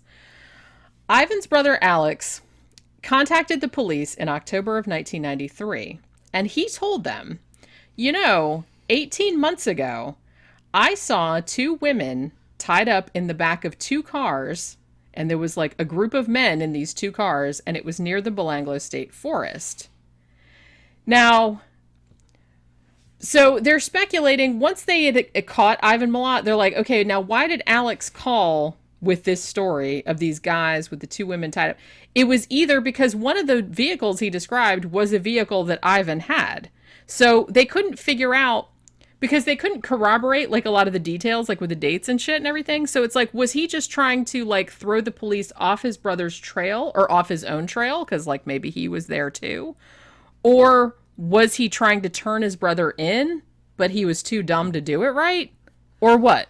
Like, it just seemed like a really weird detail. But the fact that he had called about it and that name kept coming up, the Milat family, was enough to kind of make them go more into it. They also came across the old report that this woman who was married to somebody that had worked at this building materials plant, and that she said, oh, well, this guy that my husband works with, I think that he's been out there like killing people or maybe doing this kind of stuff, and maybe you should look into him. And this tip had been made in early October. So this worker that she was talking about was actually named Paul Miller, but this was a pseudonym, and they actually found out that this was Richard Milat, who was Ivan's younger brother. So like I said, this whole family is sketchy. You know what I mean? So, and in a way, it's kind of good that they're sketchy, because it does seem like all these little shit that that the brother did, like, was kind of like conspiring to make them sort of close in on Ivan. So, allegedly, after Ivan was caught and then there was like a murder trial, Richard Milat, the brother, apparently told people at work, quote, "There's more out there. They haven't found them all yet."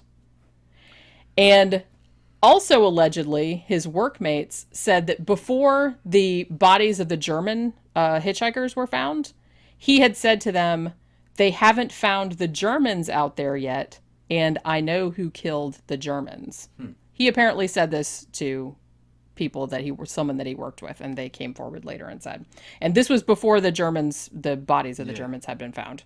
So he, this guy, like I said, he also said like weird shit, like stabbing a woman is like cutting a loaf of bread. Damn. Which kind of mean is that? What does that mean? That's what I mean. Why would you say something like that? Doesn't So even make any that's sense. well, and that's why a lot of people think that maybe one of the brothers, particularly Richard, might have been there or might have known about what was going on. You know what I mean? Yeah. Or might have been at some or all of the scenes, just because he would say like weird, creepy shit like that. Maybe he took a brother there every now and then. That's what I'm saying. Like, and some, like I said, there's a lot of controversy over whether there was another person at the scene or not, because like I said, some of the scenes had two different weapons and like different methods of killing and shit like that, and maybe it was easier for two guys to wrangle two people, you know what I mean? So there's a possibility that there was two people. Like some people, like some like forensic scientists and stuff that have looked into it said there was probably like more than one killer. And because of the Milat family weirdness, they're figuring it's probably one of the brothers. Because some of them have made statements that made it seem like they were probably there. Yeah. Or, you know, might have been there. Or at least knew about what was going on. Motive was robbery or just thrills? Both. Both, yeah. It seems like, I mean, Ivan Milat started out as a kid, like, as, you know, just robbing people, like breaking in and stealing shit. But, you know, it just kept getting more. And I think when it got to the end, yeah, he would steal shit, but I don't think that was the motivation. I think he just took the shit because it was there. Did they kill any Australians? Yeah. Okay. Yeah. He killed one Australian couple, yeah. Right. They weren't a couple, they were friends. It was a male and female friend. It'd probably psychologically be easier for them to kill foreigners. I think that's because I think the Australians were the first ones that he killed, and then I think maybe he thought it would be easier. Yeah, let's kill these foreigners. Like people that they weren't supposed to be here, type of deal. Yeah, because like they wouldn't have family around. Maybe it would be like harder for them to catch them and shit. Well, like I think it might just be more acceptable. Yeah, because you're killing invaders, you're killing foreigners. Yeah. That's the way he might be looking at it that way. It wouldn't shock me. They're not related to us. Yeah, it wouldn't shock me. They're from another country. Right. They're not supposed to be here. That's the thing. And there was kind of some shit, too, because they think, I believe it was Richard Milat, the brother that said about the loaf of bread thing. I think that he actually referred to, he might have been referring to Paul Onions, the guy that got away, as calling him that pommy backpacker. Pommy being, you know, an Englishman. That's like kind of a derogatory term for an Englishman. So they did seem to have, and particularly, like I said, when I was watching the interview with Richard Milat, I mean, they definitely do seem to have, like, they don't like gay people, they don't like English people, they don't like, you know what I mean? They seem like one of those kind of what you could do dudes. is you could sell this to your brothers by saying, well, let's go down, we're going to go rob some of these foreigners that, you know what I mean? Some of these foreigners, we're not going to take from our own people. Yeah. We're going to take from these foreigners. Yeah. And then when you rob the foreigner, you kill the foreigners, and then the brothers are like, maybe didn't know that was going to happen. They're like, what the fuck was that all about? Yeah, fuck them. They're just foreigners. And like I said, even going back to when they were kids, they really seemed to like always cover each other's asses. So even if one of them, even if they did know about it, or if they were there, they wouldn't like ever narc on each other. They just wouldn't do it. And like I said, they still, like, later on, even nowadays, the ones that are still alive, other than Boris, he's the only one that's kind of broken ranks with the family, but all of the other ones are like, they think that Ivan was set up by the cops, like that the cops produced like this voluminous amount of evidence that they produced at the trial to show that he was guilty. And they just think they planted all that and that somebody else did it and he was like railroaded, which I'm sorry, I just don't buy that. No, to me it sounds just kind of like something some guys would come up with. We're not going to steal from our own people, we're going to steal from foreigners. Yeah. And you know, his motive is really more sexual and about violence and stuff more than robbery. But he doesn't really that's not the angle he sold to his accomplices that went with, you know what I mean? And maybe I kind of get a feeling that the brothers weren't into it. Yeah, they might not have been. They saw that happen and they weren't going to rat him out, but then maybe they weren't going to do it again with him. Yeah, maybe they just like... They're like, nah, fuck that. I didn't really like that.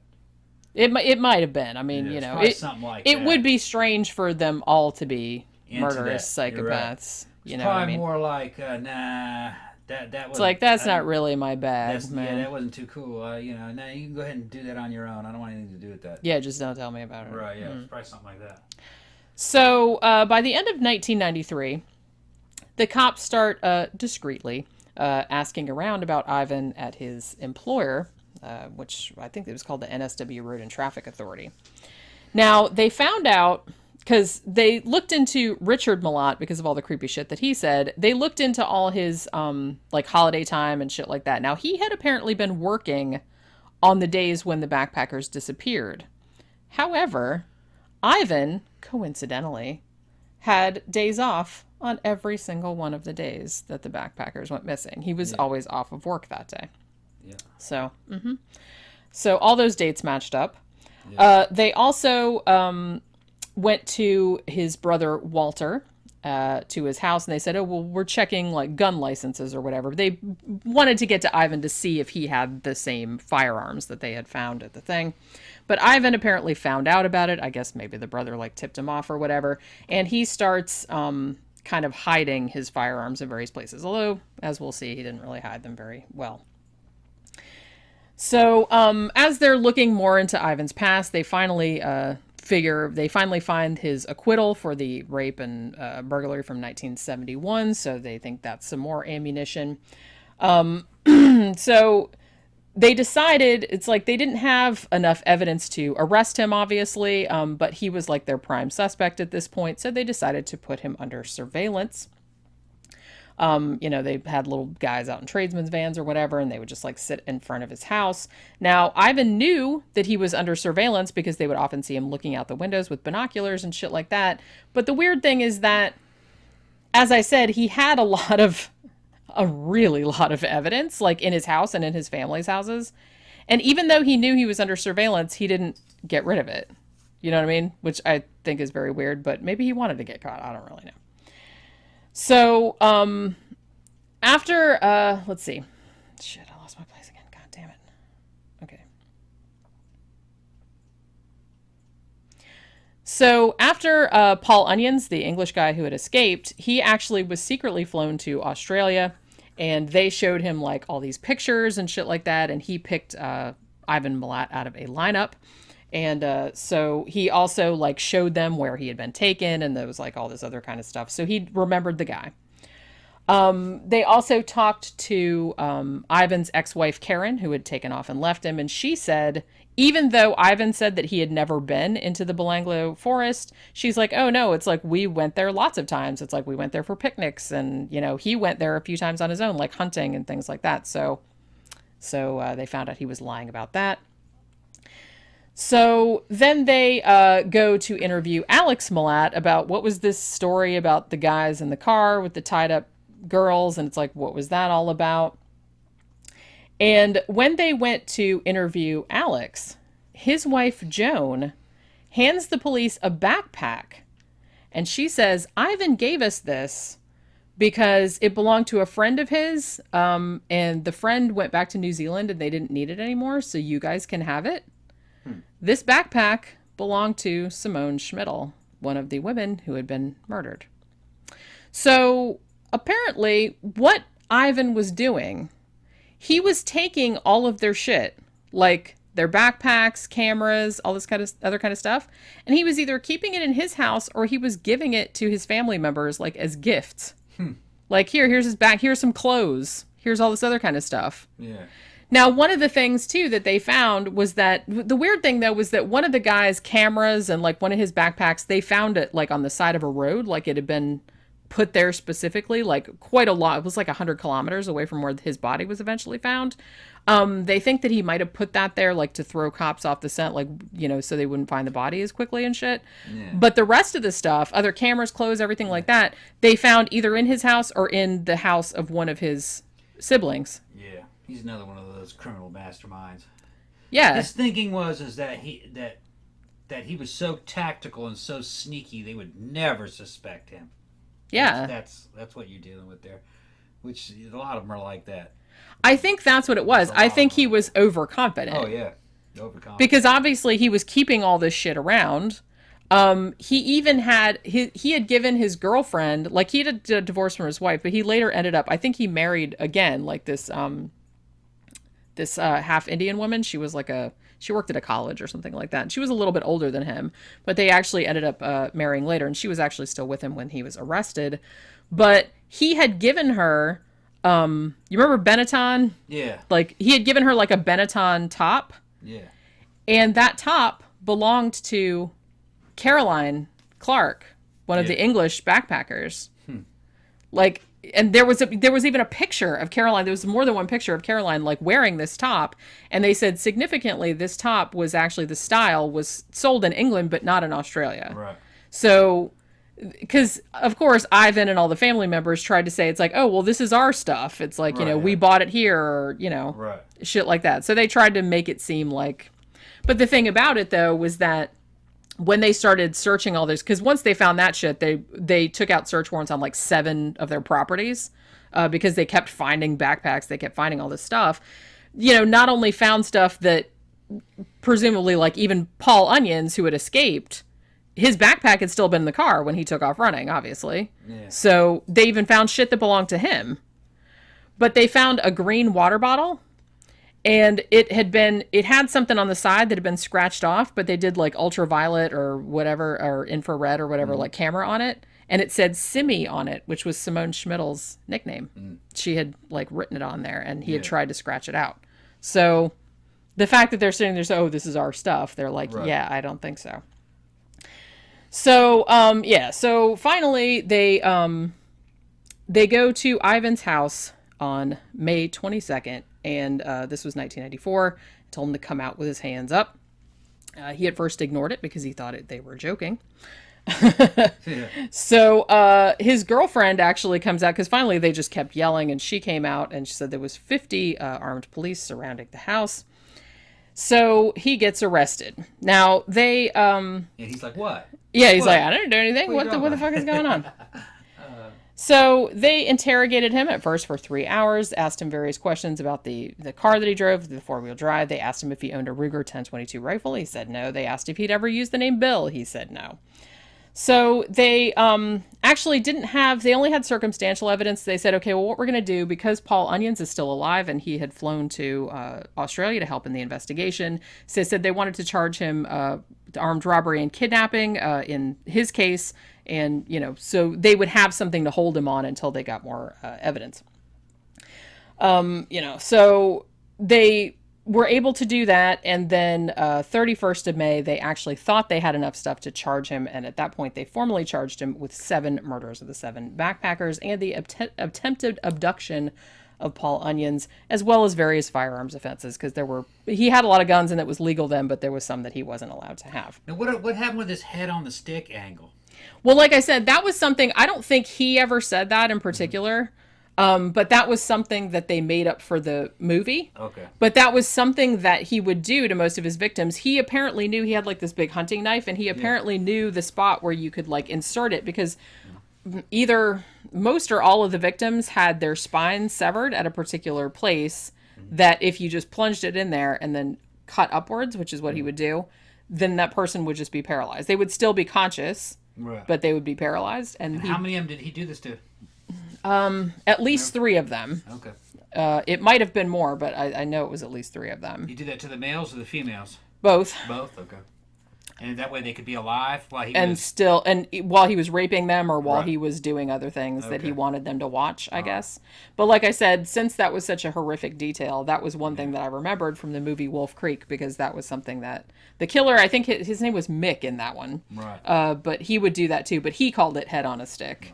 Because So he's, it's mostly he killed them by stabbing. or shooting. Stabbing or shooting. Or strangling. Some of them he strangled and shot and stabbed. Was there torture involved? I'm not really sure, because it did seem like... Seemed like more execution style. It seemed like more execution. Okay. And it seemed like overkill, but a lot of the shit might have been done after they were dead. Right. Like I said, he would do the thing and like Right. paralyze them, but then, but then he would just shoot them in the head, but then he'd keep shooting them in the head, or he would Right. stab them and they'd be dead, and he'd keep stabbing them. Right. Or, the one girl he beheaded with a sword, but they think she was still alive, so that was like an execution also. Right. So it just seemed like, I don't know, it just seems really weird, because yes, some of them were raped, but it doesn't seem like, it doesn't seem like he wanted to do sexual mutilations or Right. sexual kind of, it's almost kind of like he just liked to make people suffer, or he just liked to kill people. Right. Like no other reason than that. He just seemed to enjoy it. Right. Trying to put him on par with somebody.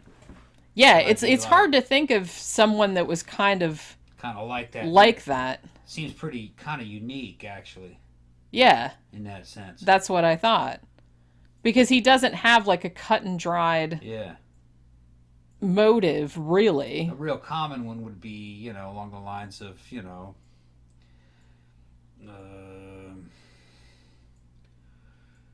BTK, actually. Well, BTK wasn't that common.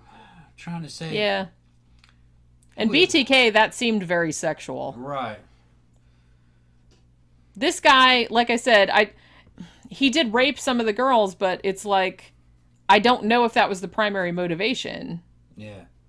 You know what I mean? It just seemed Weird like he dude. just did it because he was there, just because they were there, just like he would steal their stuff because it was there. I don't Right. think that was really. I don't really even think he thought that much about it. It was just something he liked to do. All these serial killers are kind of unique in their own way. Yeah. But who Well, would I you mean, there are types, but yeah. Who would you say would be like a real common type? Maybe, gosh, yeah, no, that's like you kind of put me on the spot See, there. I'm trying to think of what a common type would be. I know. Like, But there the- are common types because a but lot the- of them are very similar, but Yeah, but the MOs are yeah. kind of, and the motives are kind of different. I would probably say, because when you can put faces to the crimes and you know that offender, they do come off as being pretty different. Yeah. Well, you know, everyone's Yeah, individuals, I guess, right. even serial killers, which is fucked up. But like Yeah. I said, there are patterns, obviously, but everyone's different. Right. So this I'm guy, Sure I'm sure there's another one out there that's kind of like this. It's just that we can't really. this guy seems more like. I mean, if you're gonna, I mean, because it's not like Bundy. yeah, The this closest one, thing to it would be like Bundy, but not really. this guy seems more Bundy like. was sexual. Yeah. This guy seems more like one of those, you know, like maybe one of those like trucker serial killers that they haven't caught yet. Yeah. They just like, they'll pick up a prostitute and have sex with them. And then they don't torture them or nothing like Then that. they They just, kill. then they just shoot them and dump them somewhere. Yeah. It just But seems that's like still sexual. it is. The Yeah, motive I on guess. This almost seems like it's more kind of like robbery and murder. Yeah. Not even so much sexual. Yeah. To me, it just seemed like he just Yeah. liked Yeah, killing people. doesn't seem. I don't see sex as the primary motive. It doesn't seem to be. That's what I'm and saying. I don't really see robbery as the primary motive. These people didn't really have anything of value. Yeah, they just had like clothes Little and cameras, shit. like tourist shit. They would just had tourist shit. More kind of like he's doing something like where he's hunting humans. Yeah, he's a it hunter, definitely he's like struck me more as Yeah. that. Where he just was doing it because he could. Almost kind of like something like Jason from Friday the 13th. Yeah, You just it is go- like that. Let's just go hunt some teenage girls. Yeah, and then he's just he doesn't Yeah. Doesn't like really I do a said whole he lot he with doesn't them. really do a lot. He just like kind of Yeah. executes them. Yeah. I mean, it was very violent. Like Yeah. the crimes were very violent. And I can't think of any other one that was like that. I can't either really. I mean, I'm sure there is, and it's just not coming to me. But Yeah. it's a very unusual Serial case. killer primarily is a rapist. He's a Yeah. serial rapist. And he kills the victim. This guy doesn't come across to me as a serial rape. Okay, you know. Although he did start out as a rapist. You know who? You know what? It's almost kind of like the Zodiac, but he's not talking. The Zodiac kind of did that, but he did Yeah. Son of Sam, Lover Lane shit. So you could say that was kind of sexual too, in a way. Although he didn't do anything. I mean, the thing about Zodiac was that Yeah. everything was just distant. He would just Yeah. come up and shoot you and leave. It's like Yeah. he didn't really hang out at the scene. He didn't like torture anybody. He's just He a didn't. weird dude. Yeah, that's what I mean. It's scary to think there's Kind of fucking like dudes something like out this of around. Hills Have Eyes. Yeah, well, like I said, you can see why they made a fucking movie about this dude. Yeah. I mean, loosely. It's based on another guy too. Yeah. But so while this jackhole is in custody, they search his house. And while they're questioning him, he, of course, denies every single fucking thing. I have no idea what you're talking about. I did not do this. I did not do that. However, while the cops were searching the house, they found cartridges for 22. They found electrical tape, which was very similar to that used at the murder scenes. In a spare room of his house, they also found a manual for a Ruger 10-22, more ammunition for the same weapon. They also found a Bowie knife, which they think was very similar to what had been used in the stabbings.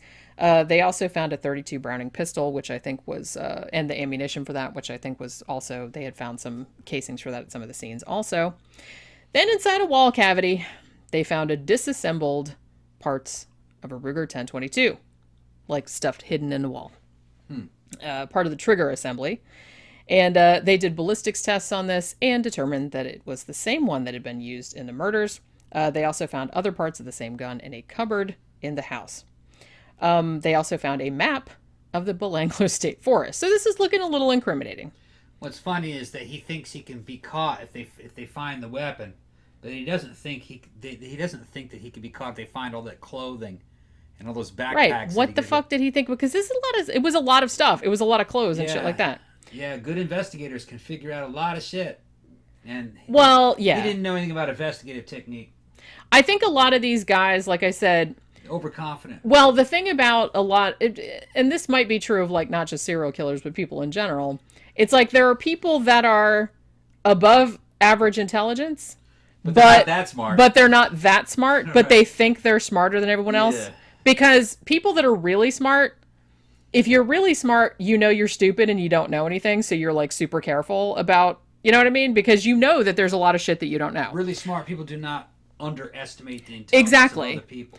But when you're just like when you're above average intelligence, but not like genius or anything like that, then I think you tend to think everyone is dumber than you. Yeah. And you get super cocky. Where the danger comes in, though, is that there are people of only above average intelligence that work their way into corporate and government positions of power. Well, yeah. That are smart enough to outsmart other people in government and corporate power, and they fucking can amass a lot of wealth.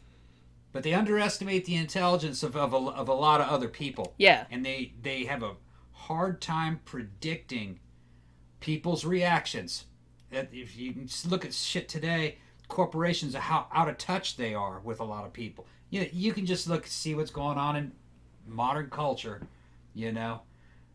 Rich and powerful people really, a lot of times, don't know what's going on. Well, yeah, and like I said, I think or can't predict a reaction to the shit that they do. Like they'll come out with like shit that Google comes out with a crazy policy, and there's a lot of blowback, and they were like, "Well, why did that happen?" Well, fucking, you know what I mean? You don't have contact with the average person. Well, yeah, and like I said, I don't think it's wise to ever like underestimate. No. But I think that's very common with.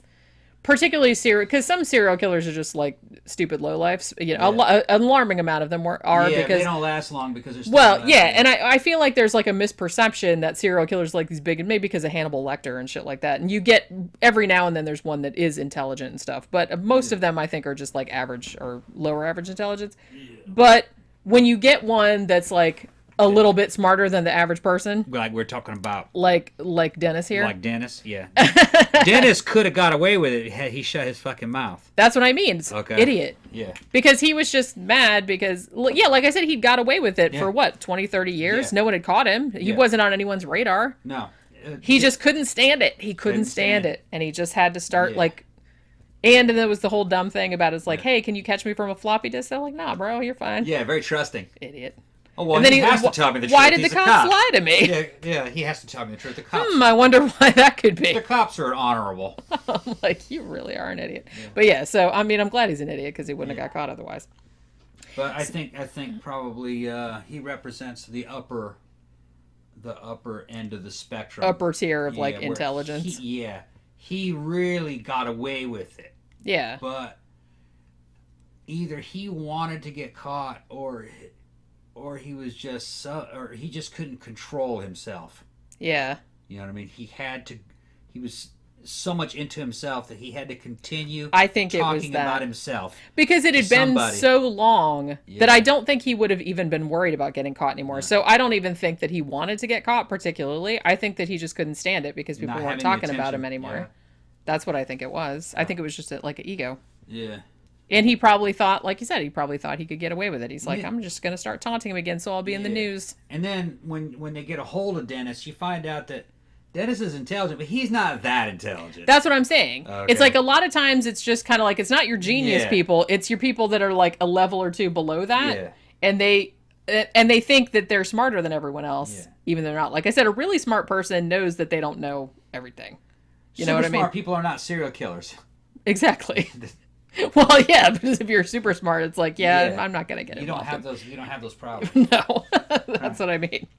So like I said, not only did they find the parts of this gun like hidden in his wall and in the cabinet and everything like that. As I said, they found a camera which belonged to Caroline Clark. They found the water bottle that belonged to Simone Schmidl that had her name on it but had been scratched off. They found a bunch of foreign coins from the UK and also from Germany, which they think had belonged to the people. In the garage, they found a pillowcase that had 5 sash cords. One of the sash cords had blood on it, and the DNA showed that it belonged to Caroline Clark. So, as I said, they found all this shit in his house and in his, siblings' houses because he had given them stuff. Like I said, hey, here's some free clothes, here's a camera, here's this, that, and the other thing. Yeah, it was just kind of fucking crazy to keep all that stolen shit. But you know what I mean? They're just not that smart. Yeah, that's what I'm saying. Yeah. And like I said, they even found a picture of Ivan's girlfriend wearing Caroline's top. I mean, all you got to do is just apply the same rules as, say, like contamination and chemical contamination. You don't want to be connected with anything that has a connection to the crime scene. Not only just the crime scene, things that connect you to the crime scene can't be there. So taking things from the crime scene and bringing that into your own house is a fatal flaw. Yeah, and then leaving it there. Why would you think that? Because that's putting you at the scene. That's right. It's if they can't put you at the scene, you still have plausible deniability. The offender deposits evidence at the scene and he takes evidence away. You try to minimize that. Yeah. You don't want to get caught. That is criminal 101. Minimize the amount of evidence you take to the crime scene, and you minimize any of the evidence that you take from the crime scene. Yeah. You don't take a whole backpack of shit and take it back to... Ideally, there should be no crime scene. Well, yeah, that's it. If there's no crime scene... From a criminal's point of view, that's like the perfect... The perfect crime is that there's no crime scene. That there's no complaint of a crime. Yeah. There's you know what I mean? That way no body, there's nothing. There's no body, there's no investigation, and without that investigation, there can never be an indictment. Yeah. You know, so... Like I said, I don't get it, but yeah. So, as I said, not only did they find all this shit in his house, in his brother Walter's house, they also found an Anschutz. Is that how you say it? Anschutz? I don't know. 22 rifle. Anschutz, yeah. Anschutz. So they found one of those, which had actually been used at one of the murder scenes, because, like I said, there were 2 different guns used, which is why they think maybe there was more than one. In the United States, that's some kind of German. Sounds like some kind of German export. It is, yeah. And they also found a backpack at Walter's house, which belonged to Simone Schmidl. At Richard Milat's property, they found a tent belonging to Caroline Clark, and also a bedroll belonging to her. At Alex's house, they found Simone's backpack, as I said, his wife gave it to them. And at Margaret Milat's house, that was their mother, they actually found a t-shirt belonging to Simone and a t-shirt that belonged to Paul Onions, the guy that got away. So there's like stuff just distributed all throughout the family. Found out that when Ivan Milat was in prison for some other charge back in the 1970s, he had told this other prisoner named Noel Manning that he had raped a girl and stabbed her in the spine to paralyze her before it happened, right? So that was a tip-off right there, because that was very similar to what he had done, to some of the other ones. So Ivan Milat's trial began in March of 1996, I believe. Now, his defense was he was trying to stir up doubt that either some of his brothers had committed the crimes and planted the evidence on him, or that it was all railroaded by the cops, like they had all planted evidence. It's all a conspiracy. Right. Now, it's like he did actually take the stand in his own defense and shit like that, but it seems like he lost a lot of jury sympathy when the defense attorney pretty much came out and said, so you are telling me that you think someone broke into your house, even though you have all these alarm systems and shit like that, took this particular gun that was like put it behind the wall, and like you didn't even know, and all this other stuff. And he, like this big long thing, like what must have happened. And he said, and I quote, well, they must have. And everyone was like, no. It's like, I don't think that's how it happened. So, so over the course of the trial, like I said, it was just kind of like he tried to come up with all these fucking things, but it's like, it's... How old was he more or less by this time? 30s, 40s? I think he was late 30s, early 40s, maybe. So no one bought it. He got guilty of all 7 murders, and it was actually like 7. Oh, Pookie, stop! Stop making love to the tripod, Pookie. Come here. Oh, and then she runs away. She's like, no, I've caused trouble, and now I'm leaving. Yeah. But so he was convicted of all 7 murders and also the attempted kidnapping of Paul Onions, and was sentenced to life in prison. After he was convicted, they started looking into some other unsolved murders that he might have committed as well, although he was never convicted of them. Particularly, there was one of an 18-year-old kid named Peter Letcher, and he was actually found in a Genaland State Forest. I guess that's how you pronounce it, in January of 1988. And the method of murder was very similar to what Ivan Milat did, so they think maybe he might have done more than he was convicted for, but as I said, they never bothered to get a conviction because he was already in prison.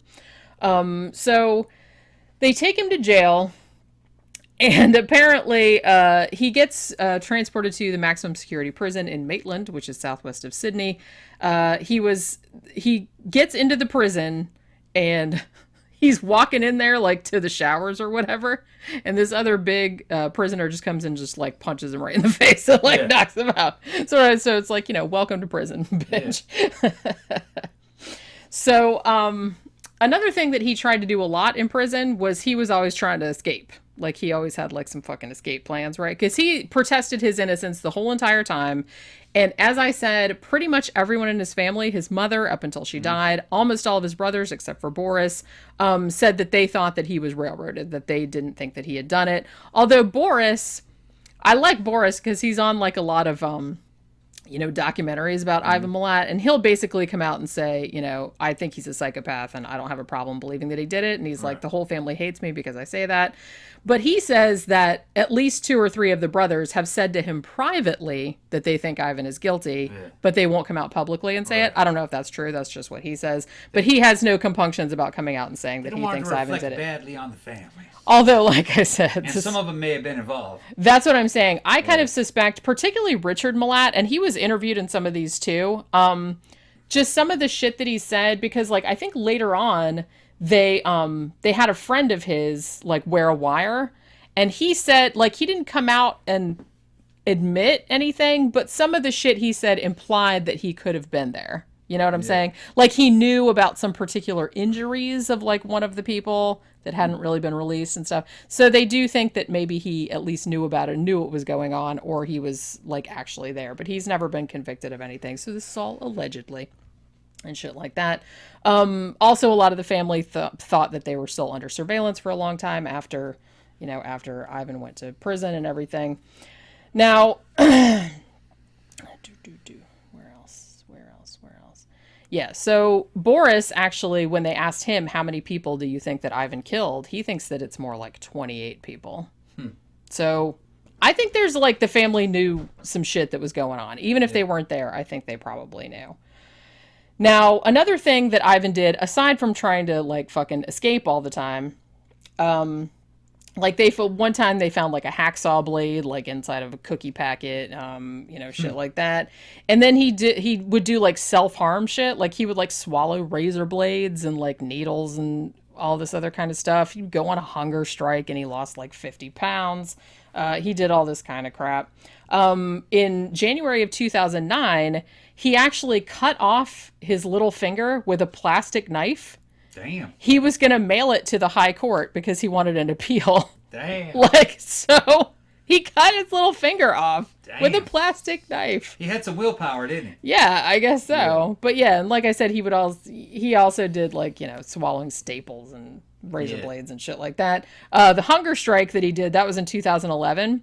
It was 9 days. He lost 55 pounds. I was like, in 9 days, holy shit, that's pretty good. But he did that because he wanted a PlayStation and they wouldn't give him one. So, so as I said at the beginning of the show, I especially wanted to move this guy up in the ranks because this guy just died. In May 2019, Ivan was actually transferred to Prince of Wales Hospital, and he had, they diagnosed him with esophageal cancer. All right. So good riddance.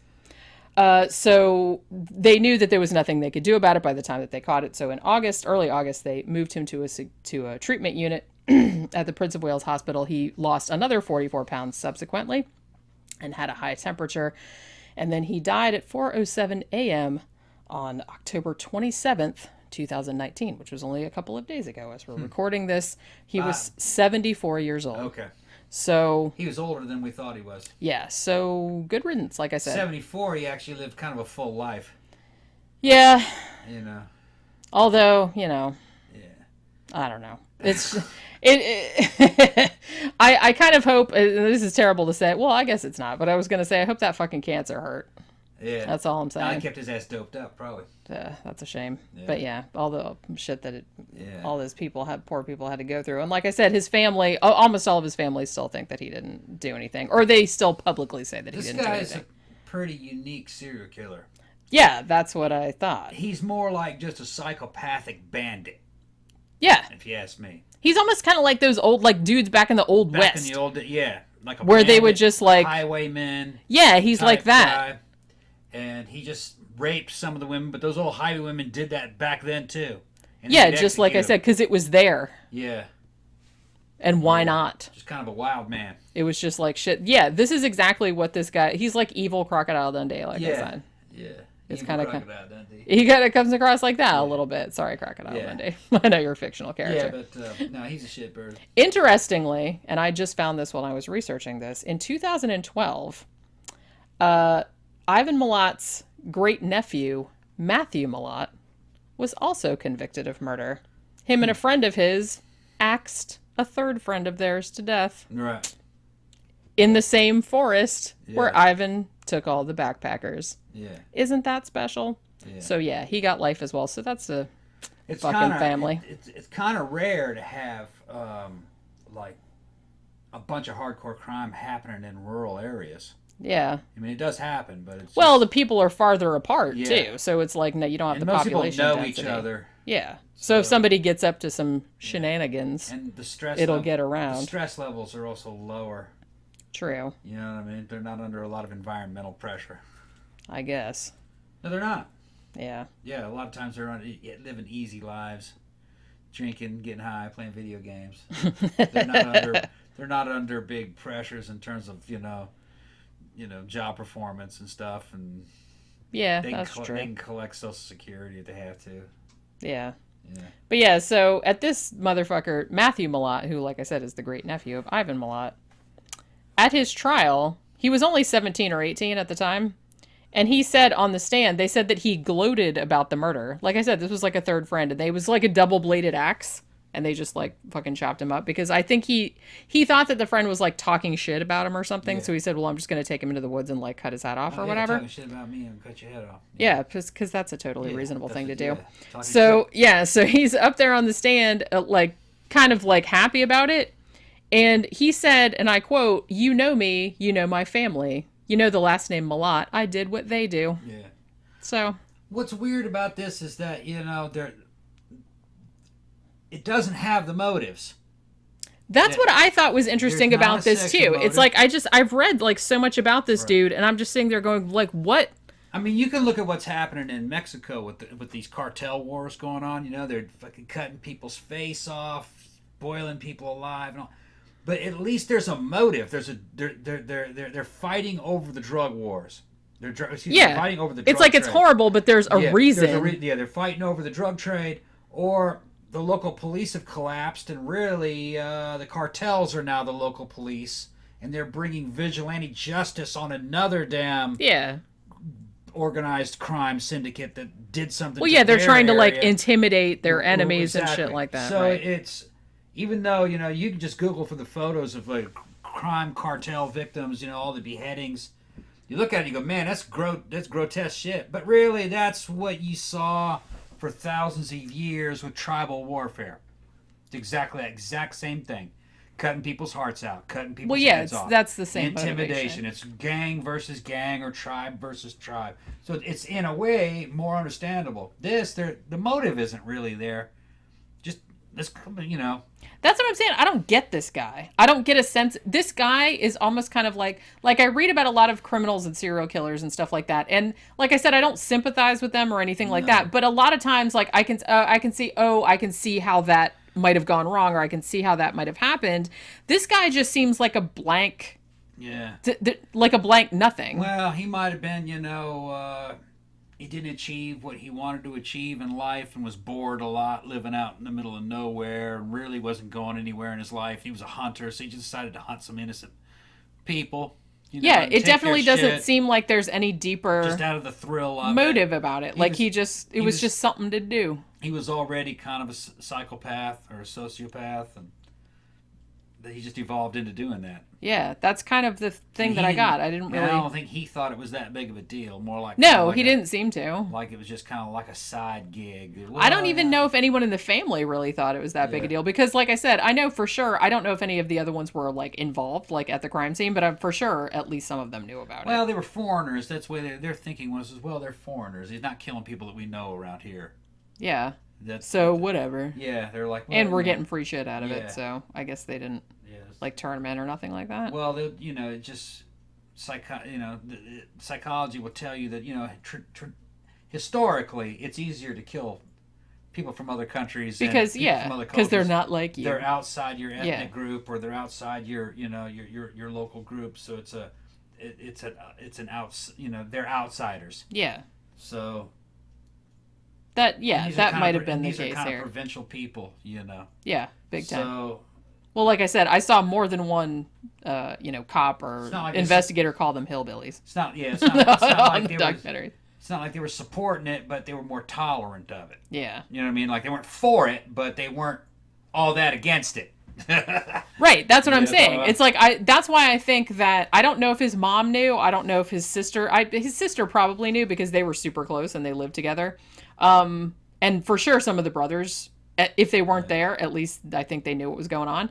But like you said, I don't think they would go out and do it on their own, but I don't think they really cared all that much. All you gotta do is just look at old feudal Japan. Yeah. If a foreign ship ever kind of, became shipwrecked on their island, you know what I mean? They boiled those dudes alive and cut them up because they were outsiders. It's like, you're not from around so here, you're not from around here. Yeah, you don't belong here. So, they just killed them. Yeah. And it's just, I think, traditionally, it's kind of like the first kind of response to seeing an outsider if you're from an enclosed area. Yeah. And maybe genetics has a lot to do with it, too. I don't know. It's like a xenophobia. Yeah. It's not as prevalent as it used to be. You know what I mean? Globalization has a lot to do with it. But then there's also backlashes against everything. Yeah. Humans are tribal. They just are. Yeah. You can mitigate it, and some people are less that way, and some people are more I mean, that the way. more you know about it, the easier it is to kind of like... Yeah. Well, there are some people that know everything about it, and they're still hostile to us. Well, yeah. You know what I mean? There was a... what was that? I think it was somewhere in Brazil. Some Christian guy went up to... it was an island somewhere near the Amazon. You would say, what are islands doing in the Amazon? Somebody, an audience member might know. I just saw... quick blurb on it. People told that dude, don't go down there. Those Indians will fucking kill you. They've been killing people for hundreds of years. He shows up with he shows up on their shores, Bible in hand and everything, and like 7 or 8 of them ran out there with bows and just shot him full of arrows and killed him. They have always attacked anyone from the outside. Yeah. And they don't have any modern, Well, technology. They just feel like if you show up there, then you up, obviously mean then you're bad. them harm. Yeah, so. You're bad because like I said, it's not good, but you can understand why it's evidently maybe they have bad experiences. Yeah, everybody that shows up causes trouble. Well, the theory is that a couple centuries back, some people showed up that were outsiders and hurt them. Right. So they haven't forgotten it. And they've been passing down word of mouth that if you see any of these people showing up, kill them. Yeah. And they do it without question. But that just happened like a couple years back. Yeah. There are still some places in the world where they do that. I believe it. So Yeah. Well, like are we gonna have like a global world? I don't think so. I just think there's just too much disagreement between the way things are done. You know what I mean? Who's gonna run it? Yeah. Well, Is Islam going to run it? No.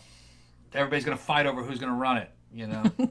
Is Israel going to run it? No. They can't even control who runs certain areas like the Middle East.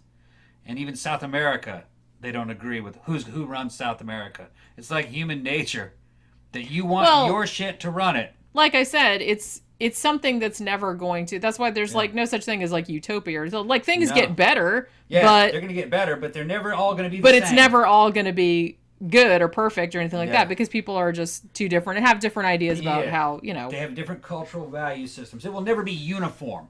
Right. It'll get better, but they'll work it out, but it'll never be uniform. You're going to have different cultures. That's just going to happen. Yeah, but like I said, It's supposed to be that way. It should be that way. Yeah. You don't want everybody to be the same. Well, no one. There would be no diversity. Yeah. It would just be a uniculture. Yeah. How boring would that be? We saw that. They tried to sell that to us in the 50s with the damn uniculture, corporate uniculture, that they tried to sell to white suburbia. Yeah. It's not maintainable. You don't want that. You want a little bit of differences. And I don't even think it worked in practice even back then. It was something that they showed you on television. Yeah, that's what I mean. That was like the idealized, and everyone was like, I don't know. I think some people bought into it, but I don't think on the ground, I don't really think it took hold much. On the ground, it never happened except for certain areas. Yeah. And it was only for a decade or so. Yeah. All right, so I think we've probably gone on and on long enough about Ivan Milat on the Backpacker Murders. I know this was kind of like a little bit rambling all over the place, but like, what else is new? All of our shows are like that. So anyway, hope you enjoyed it despite all of that. And remember, if you like the show, like, share, subscribe on all your social media. Share with all your friends and family. It really does help us a lot to get new listeners and stuff like that. If you'd like to financially support the show, you can go to our Patreon page, patreon.com/13o'clockpodcast. Or we also have a blog, 13o'clockpodcast.wordpress.com, and there is a little button in the sidebar to a PayPal account if you'd like to give a one-time donation. Some of our fans do that as well, and that is all much appreciated. So I guess that'll do it for episode 168. We will see you next time. Bye.